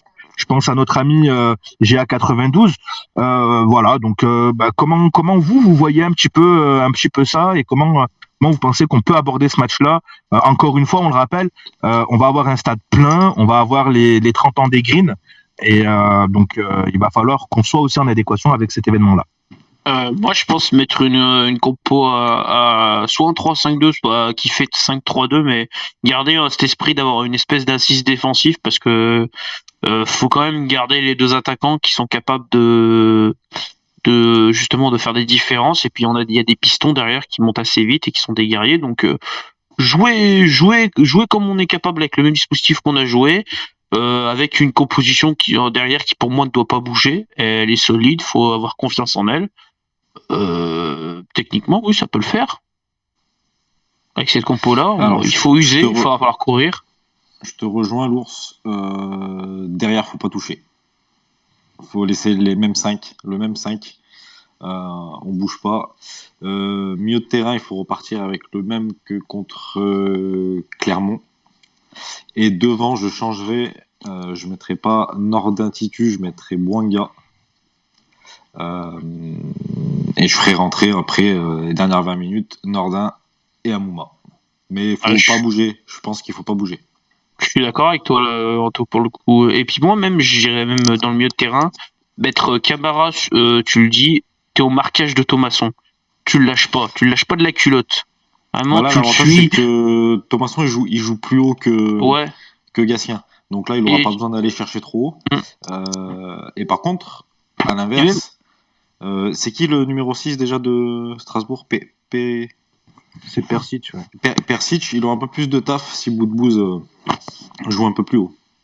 Et moi, tu dis à Camara, Thomasson, tu le laisses pas passer, machin, tu le suis partout, même s'il va au shot, tu le suis, quoi. Faut pas le lâcher au marquage, clairement. Et pour derrière, là, par contre, on va avoir du sacré duel entre Nadé à York ou Mangala à York. Alors, je pense que ça va être Mangala à York et Sako qui va se charger de Gamero. Et là, Mangala, il va être important dans ce match-là. C'est-à-dire que Strasbourg, ils n'ont pas des joueurs, ils n'ont pas des flèches. Donc là, on va pas avoir besoin de reculer, on va pas stresser à chaque fois qu'on va avoir un ballon en profondeur. Enfin, j'espère. Donc du coup, Mangala, il va être très important. Mangala, il avait tenu tout le match contre Clermont et Montpellier. Non, Montpellier, il est sorti et Montpellier, il sort et puis contre Clermont. Donc Clermont, il fait tout le match. Il fait tout le match. Clermont, il fait tout le match. Parce que nous, on a notre force, c'est sur le banc. On peut, vu que tu as dit qu'on n'avait pas de flèches, on les a pas en titulaire, mais sur le banc, on a Waris qui peut rentrer, Candil qui peut rentrer, Saï qui peut rentrer aussi. C'est ça, attention à Waris. Et justement, dans ce sens-là, moi je pense que vaudrait mieux. On parlait tout à l'heure de marquage un petit peu individuel au niveau des deux attaquants. Donc si vraiment les deux attaquants strasbourgeois sont Ajorc et Gamero, en marquage tu laisses Nadé et Mangala, et tu laisses un petit peu Sako faire un peu l'essuie-glace en fait. C'est-à-dire que voilà, c'est vraiment il y en a un qui est pris dans le dos ou qui est battu au duel et qui a un ballon qui flotte un petit peu, tu laisses Sako. Justement, ça va lui permettre de ne pas être tout le temps dans le duel sur tout le match, et notamment de s'user et de se fatiguer, parce que tu vas en avoir besoin, notamment en fin de match si la décision n'est pas encore faite, et que tu as des mecs comme Waris ou Saïd qui vont rentrer, qui vont très très vite, et là tu vas avoir besoin de la vitesse de Sako justement. Alors justement, moi je vois qu'il y a des compos qui ont été un petit peu ajoutés. Alors il y a Louis qui nous dit qu'il fait un 4-4-2. Moi je pense que c'est pas trop réalisable, mais alors par contre Adri qui nous met une petite compo sympa. Lui il voit déjà 3 derrière, mais il voit un 3-4-1-2, donc avec Bernardoni dans les cages, Sako Mangala Nadé en défense pour la défense. En piston droit, il nous met Bouanga. En piston gauche, il nous met évidemment Kolo. Dans le milieu de terrain, il nous met Kamara Youssouf. Il nous met Boudbouz en numéro 10. Et par contre, l'attaque, il nous met Amouma Kazri. Et là, pour le coup, moi, je suis pas trop d'accord. Ça m'allait plutôt bien. J'aurais peut-être mis plutôt Tuba à droite. Et par contre, Amouma, moi, je le sors et je mets un Bouanga.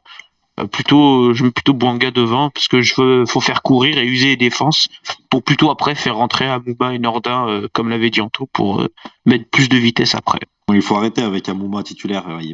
Pour le premier match titulaire, il va se péter et là on va tous pleurer. Mais en fait, mais pourquoi il va se péter? Pourquoi? C'est ce qu'avait dit la grille au début. Tu peux pas, Snow. Mais pourquoi? Parce qu'elle est finie la carrière de Amouma, Snow. Ça y est. Quand il met sa lucarne contre Montpellier, moi je dis jamais ça qu'elle est finie. Mais alors, quand je dis petit à petit sur des matchs, le dernier match, il a joué une deuxième mi-temps complète, il est opérationnel pour monter en puissance, on peut le mettre 60 minutes. Qu'est-ce qu'on va encore mettre un mec qui a du talent, qui nous a... Moi je suis pas d'accord.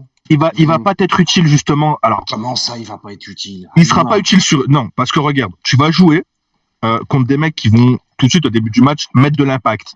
Ça va aller très vite, etc., etc. Ça, Amouma, voilà, ça y est, faut savoir tourner la page. On n'a plus le Amouma percutant, virevoltant, qui va super vite sur un côté. C'est terminé, ça. On l'a plus. D'accord? Amouma, poussé par le public plein, les 30 ans, une première mi-temps, plein ballon face à Strasbourg. Eh ben, t'es pas à l'abri d'un coup de patte, d'un corner, d'un coup franc, de la passe que lui va faire. Ta différence, c'est pas la première mi-temps que tu dois la faire. C'est ça, tu mènes 1-0 à la mi-temps, tu l'as pas gagné ton match. On le dit depuis le début, il va falloir être entreprenant, être mordant, être incisif d'entrée de jeu. Bien sûr. Ça passe par un but, parce qu'il va falloir concrétiser. Si ça bien sûr, vraiment mais fort, faudra mettre ce but. Ça sera pas à Amouma de le faire. Ce sera plus à des Kazri ou à un Bouanga qui va marquer, je pense. Et exactement, c'est plus le rôle d'Amouma. Amouma, maintenant, il est là pour apporter de l'expérience. Il est là pour te rassurer techniquement, pour te tenir des ballons sur des fins de match ou te faire des différences. Alors donc, voilà. vous maintenant le rôle, il rentre pas sur le terrain quand il y a 0-0, que la balle est dans le camp de tout le monde, le match est à faire. Vous préférez qu'Amouma il rentre quand on est mené en fait? Alors moi je préfère, je vais te dire ce que je préfère moi. Moi je vais te dire ce que je préfère. Vas-y Anto. Moi je préfère un Amouma très bon pendant 30 minutes que moyen pendant 70. Exactement. Ah mais tu sais pas où t'en es dans le score. Non, mais pareil, le truc. Si tu le mets titulaire à Amouma, aujourd'hui, c'est un risque. C'est un risque. Il est monté en puissance, ça fait 2 entrées de match qu'il fait là sur les 2 derniers. Mais il lui en faut qu'une pour rechuter. Ah oui, tu connais. Mais à partir de ce postulat-là, mais tu joues plus, tu sors plus, tu restes dans le fauteuil. Mais non, mais justement, c'est pas. Je sais que ça peut paraître, c'est frustrant de dire qu'on veut Amouma sur le banc, mais franchement, c'est la meilleure chose qui puisse lui arriver. C'est qu'il fasse que des bouts de match. C'est ton joker. C'est ton joker. Et tu reçois 4e de Ligue 1 dans un Geoffroy Guichard qui va être en ébullition. Moi, j'essaye de mettre toutes les armes. Snow, regarde. Tu as un autre joueur dans un autre club. Alors, je fais vite fait un petit crochet. D'accord? Pas très long. Tu as le même joueur qui fait exactement la même chose, d'accord, dans un autre club qui joue beaucoup plus haut que nous et qui a pourtant plus de talent qu'Amouma. C'est, mais ça y est, j'ai mangé son nom, Wissam Ben Yedder. D'accord? Ben Yedder n'est pas titulaire à Monaco. Ben Yedder fait des entrées en jeu. Ils sont combien au classement Monaco? Parce que Ben Yedder, en tout cas, déjà, ils sont plus hauts que nous. On est d'accord. Et eux, ils ont pas 5 orteils en Ligue 2. Mais justement, c'est ce que je suis en train de te dire. Ben Yedder, d'accord, tu te dis, mais le mec, il est facile titulaire dans tous ses matchs, d'accord, sauf que non, physiquement, Ben Yedder, il met plus non plus un pied devant l'autre, notamment parce qu'il n'a pas la même préparation, pas les mêmes, enfin, il a pas été entraîné de la même manière, il vient pas du cursus normal. Donc, Amouma, c'est pareil. Donc, maintenant, Amouma, c'est ton arme fatale, d'accord, c'est ton joker. Tu joues pas un joker d'entrée de jeu, d'accord. Justement, tu te le gardes dans la manche. tu le fais rentrer en fin de match avec soit un rôle de dynamiteur, où justement, lâche-toi, tu rentres en tant que second attaquant, tu fais la diff. Après que Bonga ait fait un match de 60 minutes ou un match de 50 minutes, d'accord, où justement il va défendre, il va fatiguer les défenses, d'accord, notamment sur un match de Strasbourg où tu vas avoir des Djikou qui vont énormément monter. Donc justement, là tu vas avoir Bonga qui va faire course sur course. Djikou, il va falloir qu'il court lui aussi pour aller rattraper et fermer justement. Donc là, quand tu vas faire rentrer Amouma sur des Djikou qui sont complètement cramés, tu raisonnes plus à la santé physique du joueur et de sa capacité à pas se blesser. On pense plus à la blessure que le mec qui joue déjà. On est déjà dans l'anticipation qu'il se blesse. Alors, non, moi là, je te parle même pas de blessure là. Là, je te parle même pas de blessure. Vous voulez pas l'abîmer, vous voulez pas le casser, vous voulez pas qu'il se fasse quelque chose. C'est tellement arrivé trop souvent avec alors Amouma. donc vous préférez qu'il soit contre Paris, alors donc contre le PSG la semaine d'après, on fait quoi alors? Snow, moi je te parle même pas d'état physique du joueur, d'accord? Il y a encore un mois, je disais Amouma c'est finito. Non. D'accord? Donc, reprends les anciens Space, d'accord? J'ai toujours dit Amouma, c'est fin de carrière, c'est la saison de trop. Non. D'accord? Écoute, c'est mon avis, d'accord? Et je suis pas le seul à le penser. C'est bien, mais regardez, les gars, il est trop dur avec des camarades écolos quand il marque. Mais justement, moi, je suis pas là à retourner ma veste quand le vent souffle dans un autre sens. Donc, maintenant que Amouma revienne en état de grâce chez nous, parfait. D'accord? Il va nous être utile sur la fin de saison s'il est dans cet état-là. Maintenant, moi, je parle par rapport à ce qu'il est capable d'apporter aujourd'hui intrinsèquement sur un terrain de foot. D'accord? Amouma n'a plus la vitesse qu'il avait il y a 3, 4, 5, 6 ans. D'accord? Il a plus cette vitesse-là. Son entrée en jeu contre Clermont le montre. D'accord? Alors oui, il nous tape des sombreros. Oui, il fait des beaux contrôles, des belles passes, des belles ouvertures. Mais dès qu'il faut passer la seconde, il n'y a plus personne. Il y a la charrette. D'accord? Après, sans rire, Amouma, il a quel âge, messieurs? 32. 34. Je suis un fervent supporter du Milan AC. Le Milan, quand il y a Zlatan qui a 40 piges, voire 41, même quand il est semi-blessé, il joue. Alors, sauf qu'à Amouma plus, c'est pas la même championnat, c'est pas la même équipe. Voilà. Alors déjà, c'est pas le même poste, d'accord, premièrement. Deuxièmement, d'accord, le jour où Amouma, le jour où Amouma. Attends, la green, à Saint-Etienne, Amouma, jusqu'à présent, il a joué haut. Hein. Il joue haut, Amouma. Alors, la comparaison de Snow, elle est peut-être pas bonne parce qu'on compare Amouma. Toute proportion gardée, évidemment. Non, mais les gars, mais rien que sur l'hygiène de vie. Mais le jour où Amouma, il a ne serait-ce que 2% de l'hygiène de vie de Ibra, on vient reparler. On sait pas. Mais c'est pas, on sait pas. Lis les bouquins d'Ibra, tu vas voir l'hygiène de vie. Évidemment, Ibra, on connaît. Les gars, juste. Carrière, évidemment, mais. J'aimerais bien avoir l'avis d'un auditeur là. Celui qui veut monter, il sur donne l'avis sur Amouma. Venez me défendre un peu, venez parler à Amouma un peu là, parce que il y a que moi qui le vois, Amouma, qui peut nous faire du bien d'entrée de jeu. Non, mais Snow, oui, vas-y, on va laisser la personne monter là. Mais ouais, ça serait intéressant. Ça serait intéressant. N'hésitez pas, les amis. Hein. Petite blague, Matt, vous avez de la chance. Hein. Crivelli, il est absent. Waouh, on a de la chance. Non, ils auraient préféré qu'il joue, en fait, je crois. Oui. Justement, on a Alan là qui vient de nous rejoindre. Salut Alan, comment tu vas? Salut les gars, salut à tous. Ça va et vous? Salut. Alors justement sur le sujet là, Amouma, plutôt titulaire, plutôt remplaçant, plutôt super sub. Est-ce qu'il a le niveau d'Ibrahimovic? Vas-y, à toi. Je te rejoins à la green. Les gars, regardez l'hygiène de vie.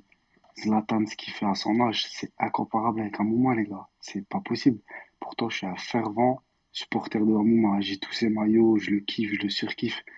Mais il a raison, la green. On va le mettre titulaire. Les gars, je mets ma main à couper que dans 2 matchs, il est blessé. C'est sûr et certain. Ton joueur préféré, tu crois qu'il va se blesser comme ça? Je le sais, les gars, je le connais. Je le connais, entre guillemets. Mais après, Zlatan, il a 6 ans de plus, les mecs. 34 ans dans le football aujourd'hui, sans déconner, 34 ans, t'es pas fini. Zlatan, c'est un peu comme Cristiano, les gars. Il a une hygiène de malade mental. Il fait de la muscu tous les jours. Il y a le mental aussi. On est d'accord. De fou. À un moment, il est beaucoup blessé, les gars. Ça joue fortement, les blessures à répétition. Ouais, mais vous voyez, alors donc, par rapport à ça, ce que tu dis, Alan, est-ce qu'une fois de plus, tu intègres toi aussi le scénario du match? Si contre Strasbourg, t'es mené, tu le fais rentrer à la 60e? C'est vrai que s'il rentre à la 60e en étant mené, je pense pas que Qu'est-ce que tu fais? c'est- Qu'est-ce que tu fais? En fait, c'est compliqué. C'est compliqué. Eh ouais. C'est très très compliqué. Et je pense Mais Attends, de quoi si on est mené, Bah, si t'es mené contre Strasbourg à domicile, que ça commence à grogner, ton Amouma, ton Joker, ton tu le fais Messi, rentrer. Tu le fais rentrer même à la mi-temps. Mais même à la mi-temps, regarde, mais à je le fais Clermont, il est rentrer. rentré à 45e. Je le fais rentrer à 100% à moi. Ah, mais quand? À la mi-temps ou... Bah, ça dépend. Si on est mené à la mi-temps, je le fais rentrer à la mi-temps. Comme contre Clermont. Ouais, donc Amouma. Exactement. Alors, moi, ce qui me. Dans votre Mais tu vois, Snow, j'aimerais bien te croire. Hein. Et que Amouma il retrouve son niveau et de le mettre titulaire et qu'il finisse la saison. Mais je préfère, il reste combien de matchs? 14, 15 matchs? Bah C'est oui, ça oui, c'est la 26e, Voilà. là, je crois. Et ben je préfère qu'il fasse 30 minutes de bien, 14 fois 30 minutes de très haut niveau, Mais je te suis, Anto. mais qui se pète au bout du Mais je te troisième match suis. titulaire. Tu vois Je ce que te je veux dire? suis. Mais il y a un truc que je trouve paradoxal dans votre discours, mais je respecte une fois de plus. C'est que d'un côté, vous voulez l'économie, une certaine sécurité, faut pas griller. Amouma, il va se planter, soi-disant. Mais d'un côté, vous êtes prêt à le remettre dans un match peut-être bouillant où on est mené, où il faut aller Mais- marquer. Tu vas me dire que là, en termes d'intensité, d'impact, de risque de blessure, il y en a moins. Parce que, Mais non, moi, j'ai quand mais même bien une sûr. question. Bah, Moi, je j'ai suis quand pas même une sûr. question. J'ai quand même une question. Amouma, c'est pas sa seule saison où il est blessé. Il était déjà blessé lors de d'autres saisons. Oui. Donc, raison de plus pour le préserver et le faire rentrer, bah oui, même à la 45e minute. Il fait une mi-temps. C'est franchement, Snow, franchement, quand tu regardes sur les matchs, alors oui, il nous claque une pépite contre Montpellier à Geoffroy Guichard. Il nous fait aussi une passe décisive à Clermont. Mais ne banalise pas ça, s'il te plaît, Mais- parce que il met le but, il te met la folie, il te fait la passe D, le match encore, là, contre Et, Clermont. oh, les ben, gars, il est c'est encore une très bon quand il rentre. Et les gars, c'est une passe D parce qu'on est en Ligue 1. Hein. Son corner, il est jamais compté en première ligue. Hein. C'est pas une passe décisive. Hein. Je m'en fous, Oui. ça fait la passe D, ça fait tout ce qu'on connaît, j'en ai rien à foutre que ça soit pas un corner à la Beckham. Par contre, son impact, il est décisif, et contre Clermont, eh ben, pareil, quand il rentre, il y a quelque chose. Ouais. Regarde, Donc- Snow, je te pose une question. Je Par me contre, permets une question. Snow, je l'adore parce qu'il compare nos joueurs à Zlatan et Beckham. Non. Ça c'est bon, ça. Je l'ai Ça, c'est comparé, bon. Et je l'ai pas Snow, dit par rapport à son âge. Et Snow, la je te pose- longévité. Je je te pose une question très simple. D'accord? Je te pose une question très simple. Donne-moi les qualités de Romain Amouma. Et je veux pas entendre le Romain Amouma qui est arrivé pour remplacer Aubameyang. Je veux pas que tu me parles Oui, dessus. Tu me parles du Romain Amouma d'aujourd'hui. D'accord. Quelles sont ses qualités? Romain Amouma, déjà, maintenant, il est replacé un peu plus haut sur le terrain, donc il a beaucoup moins de courses à faire que quand on l'a connu contre Ailier. Et maintenant, Romain Amouma, eh ben, il a cette expérience des 34 ans, il sait faire la passe, il a la qualité de frappe qu'on lui connaît, et c'est quelqu'un qui sait se positionner, qui connaît ce rôle de buteur, parce que ça fait maintenant 1 an ou 2 qu'on le voit beaucoup plus haut. Et clairement, par rapport à Nordin, je le mets tous les jours, Cagery, ça commence à lui chauffer parce que même s'il est quasi indispensable, c'est moins bon, mais Amouma, voilà, ça reste un joueur qui est technique, qui a le QI football, il a de l'instinct. Et voilà, dans les petites passes, j'ai confiance en lui. Même sur des coups de pied arrêtés. Hein. Romain Ok. Amouma, Donc, maintenant, je te pose une deuxième question. Quelles sont les qualités que tu demandes à un 9 ou à un 9,5 sur un terrain qui débute un match? de quoi refais-la moi? Quelles sont les qualités que tu demandes à un 9 ou un 9,5 parce que c'est la description que tu viens de faire de Romain Amouma, Écoute, d'accord, en début de match? Je demande à ce qu'il marque, qu'il soit là au bon moment, qu'il soit là sur le deuxième centre, le deuxième poteau, qu'il mette ce pointard, qu'il mette cet enroulé. Parce que voilà, il sera là en première mi, pourquoi pas en première mi-temps, il sera frais, il aura du peps dans les jambes. Moi, je le crois capable de décocher une frappe. Donc, Il va pas tu mettre vois, des lunettes des lucarnes tous les week-ends, mais ouais, après, bon. justement, pour faire ta frappe en lucarne, il faut qu'il y ait des espaces. Pour manger des espaces, il faut qu'il y ait des... Enfin, voilà. Je te rappelle que Donc, contre Montpellier, les espaces, il n'y en avait pas tant, ils se démarquent entre deux, et voilà. Hein. Oui, donc justement, il joue de la fatigue des défenseurs montpelliérains parce que tu arrives sur une fin de match sur lequel tes défenseurs ont moins de, comment on appelle ça, de lucidité. Ouais. Donc, tu vois, si tu regardes à l'heure d'aujourd'hui, et le talent d'Amouma, on le connaît tous. D'accord? Oui. Mais quand tu regardes aujourd'hui les capacités et les qualités de Romain Amouma aujourd'hui, d'accord, ce n'est plus les qualités d'un titulaire. Mais là, C'est des... on a Lauchi Picto qui vient de monter, peut-être. Non, il est toujours là. Ouais, Qui si, peut il est peut-être là. réagir pour terminer un peu sur le sujet de Romain Oui, Amouma. oui. Lauchi Euh, Picto, vas-y, tu peux prendre la parole. Bonsoir à tous. Salut. Alors, du coup, par rapport à Romain Amouma, Snoggies, je pense que tu vas pas être très content, mais Mais je pas du rejoins ta tout. inquiétude. Pour moi, il doit être super sub, hein.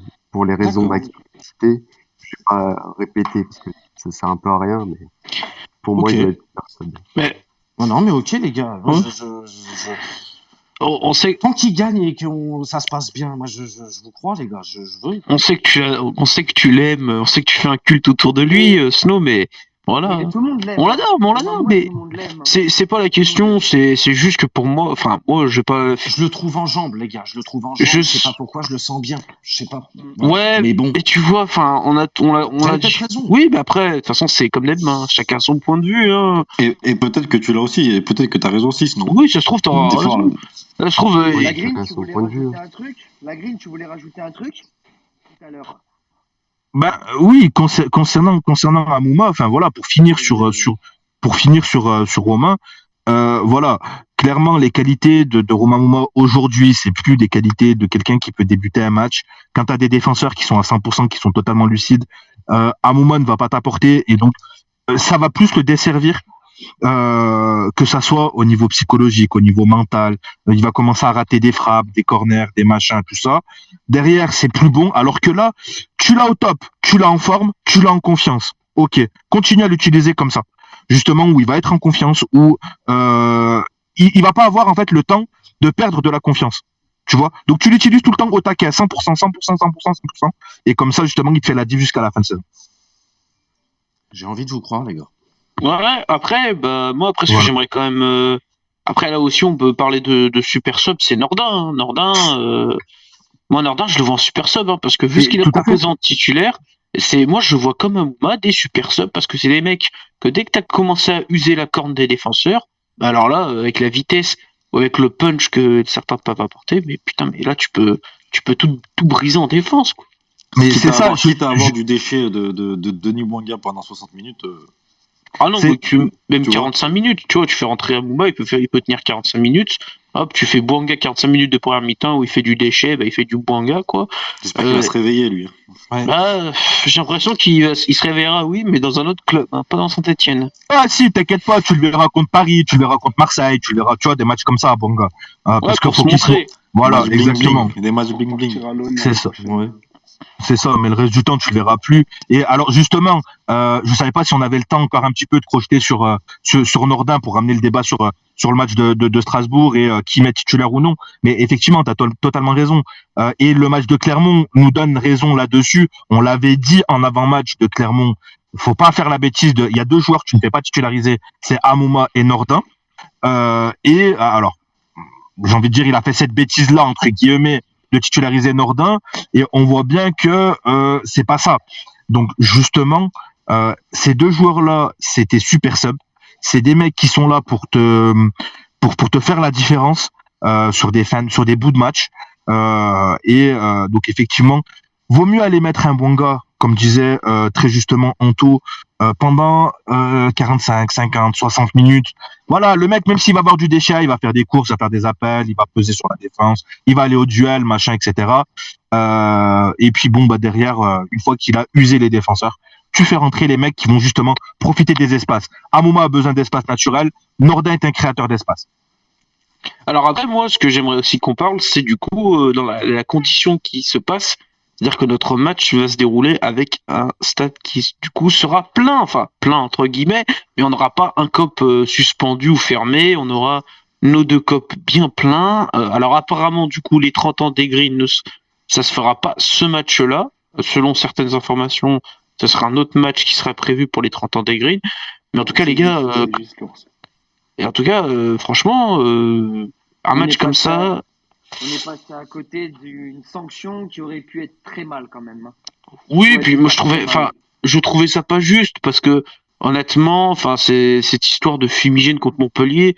Ça a gêné personne. Le match n'a pas été interrompu. Ça a blessé personne. Il y a rien à déplorer. Et encore une fois, c'est un débat sur les fumigènes où moi je suis un fervent défenseur qu'on puisse autoriser les fumigènes. Mais les gars, sincèrement, c'est encore une fois, on va pouvoir compter sur notre public qui est quand même, on va pas se le cacher, un atout, un grand Bien atout, sûr, parce bien que sûr. un Oui, Geoffroy Guichard plein, c'est pas la même. pas Euh, la même. je vais juste ouvrir le débat parce que c'est un coup de gueule que j'ai envie de faire depuis le début de la semaine et Ah bah lâche-toi. j'en profite avec donc, ce qui est apparu donc sur Twitter là cette semaine. Les sanctions, du coup, moi je vais juste simplement dire un truc et je terminerai aussi par une question parce que je crois qu'on n'a pas vu la même chose. Du moins, j'ai peut-être pas vu la même chose ou j'ai peut-être mal compris. Euh, je voudrais juste, j'en ai juste ras-le-bol qu'on prenne des décisions à la commission 72 heures avant le match. Ça, c'est un truc, c'est pas possible. Quand tu as des places qui sont vendues, que tu fais marcher l'économie du football, que tu choisis ensuite de mettre en place une commission en sachant que même eux savent que les billets ont été vendus. Ça, c'est la première chose que je comprends pas. Et la deuxième chose, ça, c'est une question que je vais vous poser. De base, je crois que la commission, elle était autour du match contre Nantes et pas contre Montpellier. Et aux dernières minutes, ça a été changé. On a mis au devant de la scène les débordements de la COP du COP Sud lors de cette commission, si je me trompe pas. Ça, c'est ma question. Parce que moi, j'ai vu que c'était d'abord Nantes et ensuite ça s'est rabattu sur Montpellier. Est-ce que Mais vous avez ça, vu la même chose que Ils ont moi? pris les deux. En fait, ils ont pris les deux. Ils ont pris les D'accord. deux, notamment parce que tu avais la Voilà. ministre des Sports contre Montpellier, qui a vu encore les fumigènes et que, bah voilà. Après, là, on rentre dans des trucs un peu politiques, donc c'est pas le lieu ni l'endroit, mais Ouais, ni voilà. ni le ah, moment. Mais enfin voilà, c'est plus ça en fait. T'as eu un petit coup de pression politique pour dire ouais, il y a encore eu des craquages de fumée en présence du ministre des Sports. C'est inacceptable, machin, machin. Donc on met ça tout de suite sur la table à l'ordre du jour. mais Mais après, c'est là où tu montres quand même l'amateurisme de la ligue, parce que quand même, les mecs, il y a eu quand même quasiment 2 semaines qui se sont passées, et C'est clair. 72 heures avant le match, ils te disent, oh les gars, commission Exactement. discipline sur des incidents, peut y avoir un huis clos, machin. Non, mais là, les gars, Tout faut ça vous à réveiller. 18h à la va-vite. Alors par Et contre, ouais, j'aimerais rebondir sur ce sujet-là. Alors oui, la Ligue, on peut dire tout ce qu'on veut, on le sait depuis des années, c'est pareil. Mais par contre, on sait que on est dans le viseur de tout le monde. Des instances, on est dans le viseur des instances. Je suis pour les fumigènes, il n'y a aucun souci. Mais au bout d'un moment, on peut pas réfléchir, nous, en disant, les gars, on fait le dos rond pendant quelques matchs, on craque 0 fumigène. L'équipe a besoin de nous, et comme ça, il n'y aura pas de problème, il n'y aura pas de huis clos partiel, il n'y aura pas de sursis, il n'y aura rien. Tu vois ce que je veux dire? Je suis pour, hein, attention, je suis pour les fumigènes, il n'y a pas de souci là-dessus, mais putain, au bout d'un moment, on peut pas réfléchir en disant, allez les gars, on fait le dos rond, les fumigènes, c'est pas grave, on est capable de mieux faire, on fait des tifos magnifiques, on le sait. Tu vois, c'est plus dans ce sens-là. Moi, je te Est-ce rejoins que... complètement. À un je moment te donné, rejoins. enfin voilà. Après, pas il faut réfléchir Non, mais on a aussi, tu des vois. antécédents, tu vois. On a eu des passifs, on a des fois manqué d'un peu Voilà, peut-être. C'est ça. Parce qu'on aime notre club, tu vois, il y a cette ferveur, on aime notre club, on est super en rage, agacé, tout ce qu'on veut. Mais c'est Tu vrai sais que que tu bon vas Dieu. craquer un seul, si tu craques un fumier, ça va faire le tour de la Mais c'est planète. ça. C'est ça. Et en gros, tout le monde attend qu'on ne fasse que de ça, en fait. C'est ça. Pour dégainer, en fait. Et moi, j'aimerais bien qu'il se pose. Dans ce piège-là. Ouais, J'aimerais bien qu'ils se posent et que les leaders ils discutent entre eux. Après, je sais que c'est compliqué, hein. Le monde ultra c'est comme ça, mais qu'ils se posent et qu'ils se disent bon les gars, allez c'est pas grave, on fait le dos rond, on va arrêter de jouer au con et on fait autre chose. On est capable de faire autre chose et tout le monde le sait. Et voilà. Moi je trouve ça voilà. Après c'est ma vision. Hein. Justement, je crois qu'il y a notre ami Luchi Picto qui veut prendre la parole là-dessus. Bonsoir Lucho, comment tu vas? Ça va très bien. Et du coup, oui, je vais rebondir un peu sur l'avis d'Anto. Donc, oui, je suis d'accord avec toi. Mais le truc, c'est que au niveau de la ligue, etc., il va falloir qu'il y ait du changement parce que c'est plus possible. Faire des choses, par exemple, pour légaliser les fumigènes, etc., parce que à un moment, il faut que ça change. Enfin, je trouve que les sanctions là sont encore un peu abusées quand même. 2 matchs de sursis et quand même des grosses amendes. Enfin, les Faut gars, que je ça vous change rappelle quand quand même. même qu'on a connu des matchs où on jette des fumigènes, on est tellement pris de court que ça fout le feu Ouais. au filet, et on en a quasi pas sous le coude. Enfin bon, non. À un moment donné, c'est vrai qu'on a un peu cherché peut-être, non? Non, mais là, Bah, et puis moi, après, ce que je. je suis d'accord, hein. Hmm. Mais ce geste, il me semble que les ultras ont eux-mêmes dit que c'était un peu débile, il me semble, hein, je suis pas sûr. Que c'était pas Ouais. forcément la meilleure solution, mais c'était une des seules solutions pour faire agir la direction. Même si c'est un geste qui est totalement débile. Mais je te rejoins aussi dans ce que tu dis. C'est vrai que des fumigènes dans un stade de foot chauffé à blanc, c'est quand même une ambiance. Ça amène un petit quelque chose, un peu sud-américain. Voilà quoi. Bon, Il les y a un gars, petit truc. juste les gars, moi, je voudrais qu'on fasse Ouais, un dernier un petit tour de table avec vos pronostics, les buteurs, qui c'est que vous voyez à peu près briller, et voilà. Faites-moi rêver, les gars, un petit tour de table. Ouais, Lancez-vous. Qui veut faire je ses vais, pronos? moi, je Allez, vais squad, commencer. vas-y. Moi, je vais vous dire, je pense qu'on va tomber sur une équipe de Strasbourg qui va être difficile à jouer de par leur classement actuellement et de par, je pense, les objectifs pour la suite de la saison. D'autant plus qu'actuellement, ils peuvent rêver un peu plus que le maintien.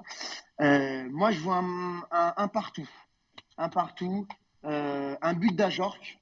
Un but d'Ajorc parce que c'est quand même le 7e meilleur buteur de la Ligue 1. Chez nous, j'hésite entre Kazri et Nordin, parce que Nordin, il peut nous faire rêver sur un seul dribble, et Kazri, il peut nous faire rêver sur une frappe venue de nulle part. Donc, allez, je vais mettre Kazri. Il a marqué au match précédent contre Montpellier, il a eu la rage. Je vais mettre Kazri et je vais mettre Ludovic Ajorc, et ce score qui va se solder sur un match nul, et ce sera un bon point de toute manière pour, je pense, pour les deux. Peut-être pas pour Strasbourg, mais pour nous, en tout cas, ce sera un très bon point. Et ben moi je continue ce code et je suis comme toi, je vois le 1 partout. Je ne nous vois pas gagner, mais je ne nous vois pas perdre non plus.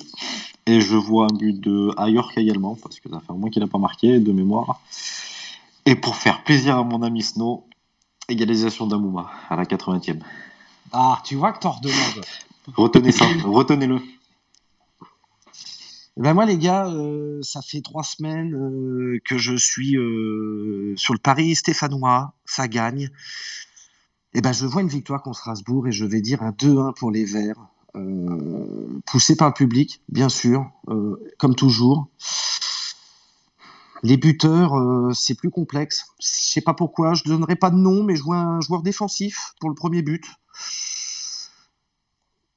Et je vais dire Nordin pour le deuxième. Ah, c'est pas mal, ça peut-être, je sais pas, Vincent, Dave, tu veux peut-être nous laisser un prono? Ou la grille, peut-être? Non, vas-y, Vincent, donne-nous ton prono. Une petite victoire stéphanoise. D'un but d'écart. Ils sont lancés, donc autant en profiter. Et peut-être que Strasbourg va marquer le pas et que ça fera du bien à tout le monde. Je suis La d'accord. grille. Alors allez, on va être fou. Moi, je vois 3-0 pour Saint-Étienne, doublé de Crivelli et dernier but de Ramirez. Merde. Ils sont pas là, mince. C'est pas possible. C'est ballot. Non. J'avais préparé le ticket à la grille, tu connais. Ouais, ça c'est des cotes à 8000, tu peux y aller, vas-y. Même tu mets 1 euro, tu deviens milliardaire. Il y a un mauvais esprit quand même, la grille. Franchement, il y a un mauvais esprit. Si. Tu peux dire, il y a volonté là. Tu peux dire Mangala doublé, ça marche aussi. Ouais. Moi, je pense que c'est un triplé de Bernardoni, moi. Anto, la même question que la semaine dernière. Le but de Mangala, c'est devant le Cop Sud ou le Cop Nord? Mangala, il peut mettre un coup de tronche devant le Cop Nord, ouais. Allez, la green. Faut qu'il saute. Bon, la grille, tu veux en faire un sérieux là, je te sens. Non, franchement, les gars, je vais être totalement à contre-pied de tout le monde. Je ne vois pas gagner. Alors déjà. Donc, dans le meilleur des cas, tu ramènes à un partout, tu fais un partout. Et dans le pire des cas, je me vois bien quand même la vieille défaite 1-0, tu vois, la défaite encourageante, mais défaite quand même, tu vois. Celle où tu vas dire, ouais, on retient des enseignements, mais quand même, tu perds 1-0 parce que Strasbourg aura mis le but au début du match, il aura bien défendu. Et sur lequel, on n'arrivera pas forcément à faire la diff. même s'il y aura des grosses occasions pour Saint-Étienne. Allez, moi je vais faire mon petit prono et moi je vais être comme Snow où je vois la victoire de Saint-Étienne et je vois une belle victoire 2-1. Mais oui. Et oui, et même je vais dire en buteur, pour les buteurs ça va être je pense Strasbourg qui va marquer en premier, mais là on va être repris comme par l'état d'âme du public et je pense que ça va jouer un rôle important. Donc on va bien revenir avec je pense en premier buteur Amouma, tu vois, qui va nous marquer un but. Et puis en deuxième but, l'inévitable Wabi Kazri qui va marquer et qui marquera face au Cop Nord bien évidemment et qui viendra célébrer avec les supporters en nous faisant son magnifique cœur à la caméra. Voilà. Oh, ça va être bien. Oh, ça va être magnifique même, ce serait tellement beau. Messieurs, moi je vais juste devoir vous laisser. Je suis vraiment désolé. En tout cas, c'était un plaisir d'être avec vous ce soir. Je sais pas si l'ours, tu veux clôturer de ton côté. Je sais pas. Est-ce que oui, après, alors je sais pas si notre régie nous autorise. Justement, je voulais très très rapidement, parce que ça faisait partie aussi des sujets, notamment de parler de Crivelli rapidement. Il reste 5 minutes. Voilà, je voulais qu'on fasse rapidement un tour de table là-dessus. Ah, t'as raison, allez-y. Et justement, si la régie l'autorise, avec l'ours, on clôturera. Y a pas de souci. Okay. Moi, je vais juste vous laisser. Je tiens encore une fois à remercier tous les participants, vous, la grille, l'ours, Anto, Snow, c'était un plaisir. Moi, malheureusement, je vais juste devoir vous laisser pour un petit compromis. Je vais notamment remercier aussi les auditeurs qui ont été présents ce soir. Je remercie aussi le mouvement sur le hashtag. Et puis, je vous souhaite à tous une bonne soirée. Et puis, je vous souhaite un bon match pour dimanche, les amis. Très bonne soirée à toi et encore une fois, masterclass de ta part. Bravo à toi. Bravo à toi. Merci, squad. Ciao. Donc, juste très rapidement avant de clôturer, voilà, donc je voulais parler un petit peu de ces fameux numéros 9 qu'on enchaînait à Saint-Étienne. Donc, concrètement, je vais pas en prendre 10, je vais juste prendre les derniers là qu'on a eu, donc c'est-à-dire Crasso, Modeste, Ramirez, et donc là, pour terminer, donc Enzo Crivelli. Donc, les 4 ont été des impostures. On va dire les termes. Oui. Oui, faut pas se cacher. On va pas parler chinois. Même si Crasso, bon, il vient d'N2, t'as pas forcément des grandes attentes. Mais derrière, donc, tu fais venir un Modeste qui est complètement cramé. Alors c'est bien, tu le retapes. Cette saison, il flambe, sauf qu'il flambe pas chez nous et il a pas servi chez nous. Derrière, tu as donc tu fais la même chose avec Ramirez, où justement, voilà, le transfert totalement rocambolesque, dernier jour du mercato, on connaît les coulisses, j'ai pas besoin d'en reparler ici. On sait comment ça s'est fait, on sait pourquoi il a signé. Il repart comme il est arrivé, il arrive totalement anonymement, il repart totalement anonymement. Même Duprat n'en a pas voulu. Enfin voilà, il y a quand même eu 3 coachs qui ont pas voulu de lui. Faut quand même se dire les choses. Puel n'en a pas voulu. Sablé n'en a pas voulu, Duprat n'en a pas voulu. Et il y a donc des questions à se poser, effectivement, ça c'est sûr. Puis même sur le recrutement général, je suis d'accord avec toi, Crasso c'est une imposture, Ramirez aussi. Non mais Crivelli c'est la goutte d'eau, Crivelli. Ouais mais Crivelli c'est le même truc que Modeste quoi. Voilà. Tu vois. C'est ça. Justement, si je peux juste terminer sur Crivelli, et après justement je vous laisse faire le tour de table. Concrètement, Crivelli c'est pareil, donc il arrive blessé. Là maintenant on nous parle carrément d'une pubalgie. Moi je comprends pas. On fait une visite médicale qui dure quasiment 48 heures pour Mangala. Tu signes en 10 minutes. J'abuse un peu, mais tu signes en 10 minutes Crivelli. Alors c'est bien, il parle français, il connaît le championnat de France, il est francophone, je sais pas quoi. Ok, il claque pas, il marque pas de but, et au contraire, les seules choses qui claquent, c'est ses adducteurs. Donc au bout d'un moment, en fait, faut quand même se poser les bonnes questions. On a fait, oui, un grand mercato, j'entendais, ça y est, on recommence à sortir les tapis rouges, machin. Non, voilà, il y a sur certains joueurs sur lesquels, voilà, Sako, il est pas OP. Crivelli, il est pas opérationnel. Niagnon, il est pas opérationnel. Les gars, enfin voilà, donc sur les pistes offensives, ça fait des années que Saint-Étienne n'a pas de flair pour recruter les bons mecs. N'a pas d'oseille, c'est plus recruter. On a l'impression qu'en fait on n'y arrive plus, tu vois. Je pense que les dernières pistes offensives vraiment qu'on a eues et qui étaient bonnes, c'était Kazri. C'est con, mais c'est Kazri quoi. C'est lui qui était la vraie piste offensive. Mais regarde, Oh, moi, j'ai l'impression que c'est, comme je dis, c'est pas les cons qui réitèrent les erreurs 2 fois. Bah, là, Saint-Etienne, on passe pour des cons, voilà, des gros cons en Crivelli, plus, il a là. été recruté parce qu'il répondait au profil. Mais sportivement, le mec sortait sur 47, 48 matchs sans but. Mais il parle français, il connaît la Ligue 1. Basta. Voilà. Après, juste pour Encore un finir, sketch. juste pour finir, qu'on passe au tour de table. Alors là, oui, effectivement, c'est des impostures, mais c'est surtout des grosses erreurs de casting. Voilà, c'était mot de la fin. Ouais, Ouais, mais c'est mauvais cible. Ouais, Ou erreur peut-être, casting, tout simplement. ouais, ou peut-être justement, on vérifie pas parce que quand t'entends Mangala, il a fait 48 heures de visite médicale, Niagnon, bah la visite médicale, tu te demandes encore comment ça a été accepté.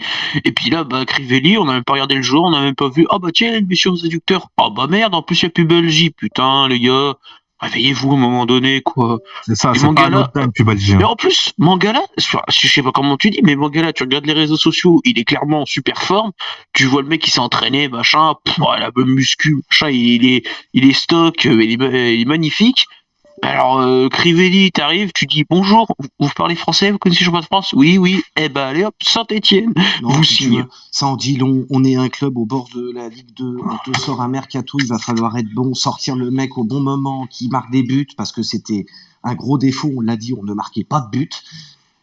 On se plante sur toute la ligne. Alors là, ça va qu'on respire un peu avec nos derniers matchs, mais on n'a pas recruté d'attaquants. En tout cas, les gars, merci. Est-ce que vous voulez peut-être un dernier petit mot pour la fin? Un petit mot. Allons-y pour un petit dernier mot. Mais en tout cas, ça a été encore un très très bon space, je pense, de la part de tout le monde. Bravo à toi, l'ours, bravo à Squad aussi, bravo à la régie également. Hein. Voilà, je voulais quand même le mettre en avant. Anto et Snow, bravo également à vous, super.